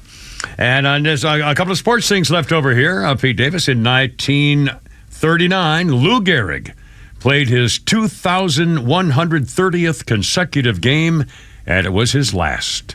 The Iron Horse didn't miss a day of work for nearly 14 years, but his body was too weakened by Lou Gehrig's disease to keep going. When the Yankees first signed him, how much did they give him? Well, I think it was like $100 or something, wasn't it? $2,000. $2,000? Wow. And, of course, he's still got the record. I beg your pardon. Ripken. Cal Ripken did it. Cal Ripken Jr., right? His old man was the coach. Senior. Yeah. Senior. And also, quick sports thing. Manager, too. In 1993, a deranged tennis fan leans over a 3-foot barrier at the quarterfinal match in Hamburg and stabs Monica Seles in the back. Yeah. He was a fan of Steffi Graf, and the guy was convicted of causing grievous bodily harm and got a suspended sentence. This is why every idiot, I don't care if you're drunk or not, you run into a field, a sporting event, you need your legs broken. Yeah, do like that Stady cop did at Emory where they did the flying tackle. They'll face plant in the concrete. It's not funny to run into the field. Didn't they kill the first base coach with this guy? Remember, got attacked. They didn't kill him, but they hurt him. Damn near Kansas killed City, him. yeah. Jeez, nutballs. Anyway, and Flounder, one audio thing, if you don't mind. On this day in 1938, a cartoon about Porky Pig hunting a hare featured a brand new character, Happy Rabbit, later to have changed his name. Hey, what's up, Doc? What's cooking? What's up, Doc? Oh, you're looking for Bugs Bunny bunting. Duck is gonna hunting just to get a rabbit skin, but now the rabbit's gonna get. What's up, Doc? What's cooking? Hey, look out! Stop! gonna hurt someone with that old shotgun. Yeah, what's up, Doc? What's up, Doc? Mel Blanc, I guess he did them all. Mel Blanc. Cartoon Bugs Bunny changed name from Happy Rabbit to Bugs Bunny 1939. Breaking news. Breaking news. What do you got? Okay. Some of these people are professional protesters, Obviously, right? Leaders and everything. Yeah. Some of them are not from here. Where are they from? What are they? Well, they're professional protesters, probably illegal immigrants. From probably from the Middle East, I'm guessing. Middle East? Maybe from like Saudi Arabia. No, just you're right. Just Middle East. All right. Middle East. Yeah. Palestine, maybe. Hamas. So what do you think our treasonous Gaza. president is thinking of doing? Okay, so these are people coming from Palestine and so forth, and our president's thinking of doing... Causing trouble here. Uh-oh, what's tearing down the American flag here. They just tore down the American flag and put it with the Nazi flag up, President Biden is considering bringing Palestinians from Gaza into the United States as refugees, according to CBS. They're figuring out how to resettle Palestinians from Gaza. They could use the admissions program to bring them in here if they pass eligibility requirements, which today means can you fog this mirror? Right. They will fly them to the U.S. for free, give them free housing and a phone and health care and shelter and food and a path towards citizenship. The same people that are saying death to America and tearing down our flag. And by the way, this story has been buried. I remember there was a very slight comment from somebody they were talking about what happened after the attack by Hamas and slaughtering of the innocent Jews and babies. And after that, when they were talking about a ceasefire and what we're going to do with all the people and trying to save the refugees, there was talk in the Democrat Jew-hating party about bringing in the Palestinian Hamas refugees so they could escape the terror that Israel was causing. And they were talking about this back in the fall. Shortly after this happened, I heard one comment about them deciding if this was a possibility, and there was also in the time when they changed the number of questions you had to ask to be able to get into America on this so-called freedom refugee business. Instead of asking like 10 or 15 questions and trying to get information, the questions now are something like, are you afraid? Was your country bad? Do you want to be here? If you answer 3 yeses, you get in. Just like that. Nothing to it. And now they want here we go. He's playing both sides of the fence. This is only political to make sure that the squad and all the people they represent will still vote for him because now he's going to save the Palestinians. Why would you import people who hate us? Yeah. They don't want to be Americans. They don't want to assimilate. They want to come here and get free stuff and take advantage of our freedoms and hate us the entire time. Yeah. And if you think they hate Jews now where they are, how do you think they're going to feel when they come to America? And all of a sudden... There's more Jews here than in Israel. Yeah. All of a sudden, you're in for a rude... I mean, this is... my God. He's a traitor. Yeah, he is. With the southern border and now this. He's working against his country. He allowed millions of people to come in to the country by claiming they were refugees who were in fear for their lives and in a fake entry program, and now he's doing this. And he's going to go along with all these amnesty plans. So all these leftist students who are actually students and can vote in America instead of the professional protesters are going to be voting for them to keep them going. Why aren't the Republicans taking? You had Mike Johnson running his mouth today about something they can't do anything about, really, except defund maybe the schools. Yeah, we're going to put an end to this treatment of Jews on campus. Hey, what are you going to do about it? Talk. Yeah. All Republicans cut away do the is federal talk. funds and fire and just go after all the administrators. How about firing? How about this? How about when Putty-Tat sent the federal authorities into Ferguson, Missouri, and everybody in the world was investigated as a racist? How about having your federal authorities and the federal Gestapo investigation and the Department of Justice swarm on all these campuses and arrest all those people for insurrection or for racist crime, for hate crimes, race crimes? Those are charges. That's right. Isn't that a hate crime, what they're doing? Absolutely. Interfering with these people get federal funds, interfering with an institution with federal policies and so forth, hate crimes against sitting. My God, blocking students from getting into class. Where's the National Guard? Yeah, seriously, where's the National Guard? Seriously, where's the National Guard? They did it back in 1968 at Columbia. And Kent State. I guarantee you. Yeah, there we go, baby. I got no problem with what happened. I don't have any problem with that. I mean, come on. I'm sorry. My God. You throw rocks at 18-year-olds with guns? What do you think is going to happen? Oh, I just outrageous. And again, at University of North Carolina, they had pepper spray and they had cops with paintball guns on their belts. And then all of a sudden, Fox News disappeared. There's got to be a story behind this. They must have kicked them off campus. The cops must have sent them packing. But I haven't seen even an update from the parking lot. No. So I don't know what happened.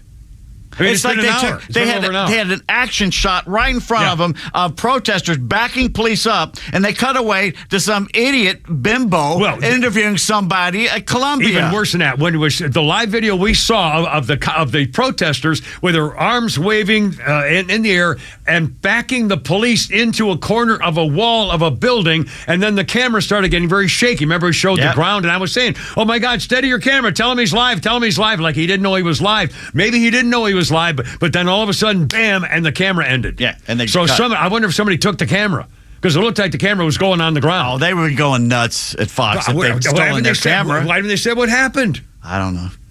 We'll try. I mean, I don't know. It's the media. It's the national media. It's 5:45. Holy cow. All right, well, we'll get everything in, I promise. This is the only place you get the truth. That's right. It's happening live, baby, and you got it right here, 106.3. Look out.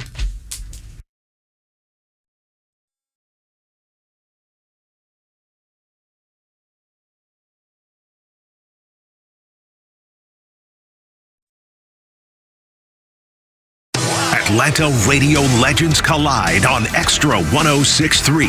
The legend Neil Bortz is live every week with Atlanta legend The Kimmer. Because when you get these two guys together, who knows where we'll end up? I am shocked. Shocked.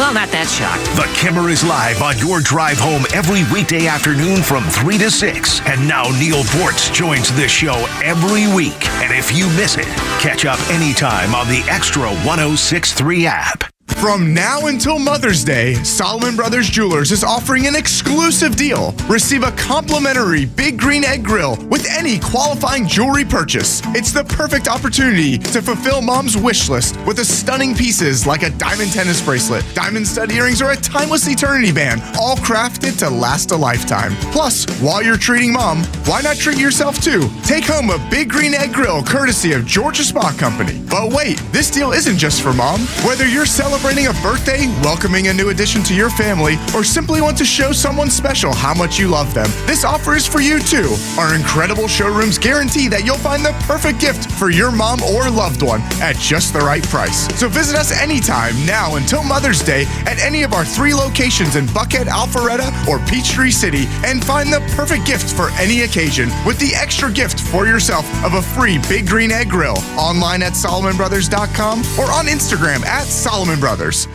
Hey there, I'm Tara, owner and publisher of Our Town Monthly Magazine, where you'll find familiar faces, local voices, and community businesses like Northwest Pediatric Care. Hi, I am Dr. Figaro. Northwest Pediatric Care is a primary care medical home for infants, children, and young adults. We see patients from birth to age 21. We are located in Lake Point Professional Center, and our practice consists of 2 board-certified providers, myself and pediatric nurse practitioner Cora Crumby. We are excited to bring our brand and exceptional medical care to Ackworth and the surrounding community. I am nurse practitioner Cora.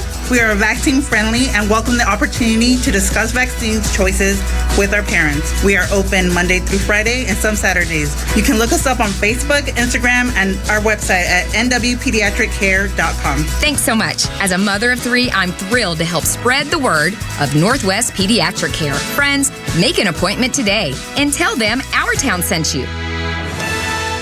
Hey Atlanta, it's Ben, host of the Weekend Ben Burnett Show, proudly brought to you by Peach State Pride.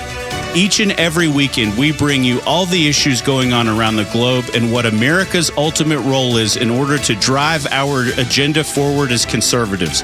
And if you ever miss an episode, you can download everything I've ever done on Apple, Spotify, or you can go to the podcast park.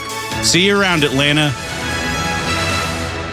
Support for Extra 106.3 comes from Natural Body Spa and Skin Remedy, celebrating their 35th anniversary and Mother's Day season with custom day spa and med spa packages. Discover Mother's Day gift ideas and award-winning day spa and med spa treatments available at Natural Body Spa and Skin Remedy, as well as e-gift cards online at naturalbody.com or in store at one of their 7 locations in Atlanta, Alpharetta, Decatur, Smyrna, and Snellville. Pamper your parent with the gift of spa at Atlanta's best day spa and med spa. This is Dan Watkins with All Four Seasons. We've always been Atlanta's best at installing and servicing garage and entry doors, but you would be surprised at how many windows we've installed as well. So we're proud to announce a new division, All Four Seasons Windows. We now have the ability to make sure every opening in your house is safe, energy efficient, and looks darn good. So give us a call today to schedule your free sales consultation. Find out how you can decrease your energy bills and increase the beauty and value of your home with All Four Seasons garage, entry doors, and windows. Here we go. And I can't believe I lost my story, but I'm going to try to get it back again. Kimber Pete Flout, how's it going? 10 before 6 already. With the Stones, baby. What a day. A lot of stuff going on. This day, 1966. The Rolling Stones' 4th album, Aftermath, went to number 1 in Britain. The group's 3rd, number 1 there. Considered an artistic breakthrough for the band, the first to consist entirely of Jagger Richard compositions. When Brian Jones played a variety of instruments not usually associated with their music, including sitar, Appalachian dulcimer, marimbas, and Japanese koto.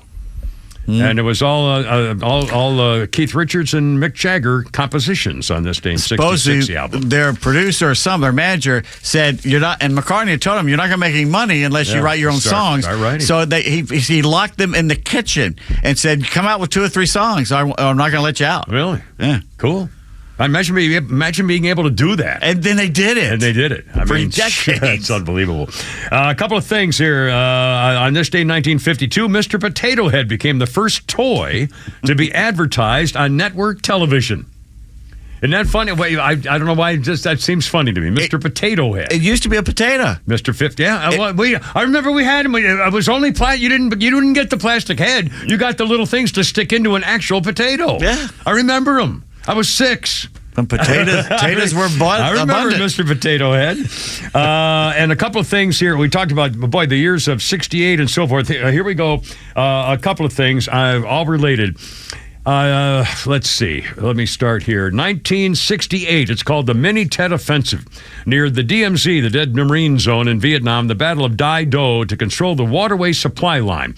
The only time in the entire Vietnam War that a single battalion of U.S. Marines, about 1,000 jarheads, attacked a North Vietnamese division of 10,000 North Vietnamese regulars. It lasted 3 days, often hand-to-hand combat. The Mini Tet Offensive on this day, 1968. On the same day, 1970, American troops attacked NVA regulars at their base in Cambodia. And when Nixon announced we went into Cambodia, the country went nuts. Protests, holy crap. At the same day, 1975, North Vietnamese troops enter the Independence Palace of South Vietnam in Saigon on 1975 on this day. The last Americans to leave, the war lost and over. The last Americans lifting off the embassy roof, 11 United States Marines. 1975. On this day, Operation Mincemeat, 1943, The Man Who Never Was. Read the book. You know this story. It's a great thing on Netflix. Great movie. Well, and one of the most intriguing intelligence operations in wartime, a British sub dropped off a dead body loaded with documents, supposedly telling where the attack is really going to be, other than where it was going to be. Yeah. It worked. It worked. They got the body. They faked the whole thing. The whole thing worked. And by the way, I did not know this until I read it last night. Or if I did, I forgot it. One of the planners for the intelligence community who did Operation Mincemeat, The Man Who Never Was Ian Fleming. Yeah. Who wrote James Bond stuff. Yeah, he's part of the Truly movie. Yeah. Matthew McFadden and a few other people. It's a great little movie. Yeah. What? And by the way, one last thing. I saw this on my history list and I couldn't believe it. I wrote it down. I'm going to read you exactly what it says. Here's what the line was on the date. 0030 Jesus of Nazareth was crucified. Who said what? It was on today's date in history. Here's all it said. 0030, that's the year. 0030, Jesus of Nazareth was crucified. That's all. I said, no, wait a minute. I'm thinking, hold on. This is April 30. I'm serious, honest to God. And I'm thinking, now I should probably look this up or see what am I missing. Or, I mean, I never knew there was an exact date. I couldn't believe it. Well, it's around Easter. And again, it was just that one, like 5 words. And I'm thinking, you'd think they would explain, have some kind of a thing. Anyway, sorry. I got 3:54. God, I can't believe it. Should we ask the witches, is tonight at midnight the big deal, or is it tomorrow night at midnight? Eating the Christian babies. Beltane is May Day. It's May Day. And again, we used to do it in school. We used to go have the maypole. Around the maypole. Yeah. We'd have a crepe paper and hold a piece of the girls would do it. That's right. It's a phallic symbol. Yeah, it's fertility. The spring fertility for knocking up your little girlfriend. Yeah. Go watch The Wicker Man, not the Nicolas Cage one, the earlier version with Christopher Lee and Edward Woodward. I don't know that one. And that's the one. What? Britt Eklund? Oh yeah, butt naked. Peter Sellers' wife, butt naked, spanking herself. Oh my God! Oh, by the way, if you didn't see it, there's a picture out there of the AI deep fake of Ocasio Stupidio and Lauren Boebert, the little Republican hottie from Colorado, and they're wearing kind of like negligee, panty, and top thing, and they look like they're ready to kiss and make out, and it looks like that. When Pete showed me the picture off his phone, I said, "Oh my God, how did they get him to do that?" And he said, "That's not real, you idiot. It's from AI." And holy crap, is some of the reactions of the picture. I mean, they said, you're not going to be able to tell real from fake anymore. Frank says, "Oh my God, I'm so offended by this garbage. Are there any more pics of this, perhaps from different poses, from different angles?" Michael, I agree. This is not what AI should be doing. By the way, is their video. Code, come on, guys. This is exactly what AI was created for. Sherry says, wrong. Boebert should be with Kristi Noem. And Ben says, but it's okay to film getting buggered in the Senate chambers. And now tell him what our friend Shannon Burke, who joins us on Thursdays. The question was, which one? Yeah. And Shannon says, Boebert all day. I would choose AOC. No, Boebert. She's got bigger boobs. Yeah, no, AOC. I don't care about. I'm not a boob guy. I'm a Boebert guy. She's a naughty little thing. Yeah, but the thing is, are hers real? I know AOC's is real. You seen that one she's in college? Yeah, she's that dance video. Holy cow! Yeah. Well, I'm telling you, it's the liberal girls who like to be tied up and spanked. I'm telling you. Yeah, but Boebert is right there in front of God and everybody. She's right there in the movie theater. She's a ball buster. Yeah. Well. One of these days. Anyway. Tell us how it was. Yeah, what I know. And by the way, for an update, remember the old TV show Bachelor I was telling you about the other day? The blonde girl who I really thought would be the winner, Daisy Kent. She did not get picked. Well, it turns out she has a boyfriend. She had a guy she met in college years ago. After she was on the show, he got back in contact with her, and now they're dating. They got back together. She had a security blanket. Well, she said he contacted her. And they got back together, and they've been out dating, and so now they may not go anywhere, but still, I'm happy for her. I liked her. I thought she was real and cool and legit, and I really liked her. And the girl's coming up on Thursday, Farmer Wants a Wife. That girl, Sydney, is my favorite of all of them. The problem is she's only 22 years old, and they're afraid. And by the way, what kills me, all the daddies always say, I don't want anything to happen to my little girl. And he said, no, sir, I would never hurt your girl. Well, one of you is going to have to break her heart. And I'm going, oh, God, here we go. So anyway, good Lord. Oh, my God, so 5:58. You're the only person watching that show. I know. I can't help it. That's all I got. Trying to pretend that, I have a love life. Thank you. 5:58. You make me sad. I'm pretty sad myself. Honey, I'm home. A darkened stairwell. There's no reason to drag me into your abyss. Oh, God. 5:58. What do you got, Flounder? I voted for Joe Biden. I campaigned for Joe Biden. I gave money to Joe Biden. It's been a little rough. I gotta be honest with you. This whole presidency, it feels like that moment when you realize your dad can't fight, like he's doing this with his hands and shit. Like it's less of a presidency and more of a study of elder abuse. This was like 2 years ago when he fell off a bike. Everybody was just like, ha ha ha, he fell off a bike. I was like, what the f*** are you doing on a bike? Who put him on the bike? North Korea? Like, when you're 79, your goal shouldn't be peace in Israel, okay? Should be getting to the pharmacy without help from the church. That's it. Joe Biden is what would happen if JFK got shot, survived, and did a speech immediately afterwards. That's pretty cold. Who was that there, Flounder? It didn't have a name. It just said Biden voter wakes up. So I'll have to find a little more research. Well, I'll be damned. Anyway, Kimmer, Pete, and Flounder, I gotta go. Oh, hold on. Where's my? Oh my God. Where's my harmonica? I hit it. I got 8 seconds. Hold on. Kimmer, I gotta go. You're killing me. Kimmer, Pete, Flounder. There we go. We made it in time. 6 o'clock. Hoorah! Got it set for 5. Pete Flounder. Oh, we got the news tomorrow. Look out. We'll be back.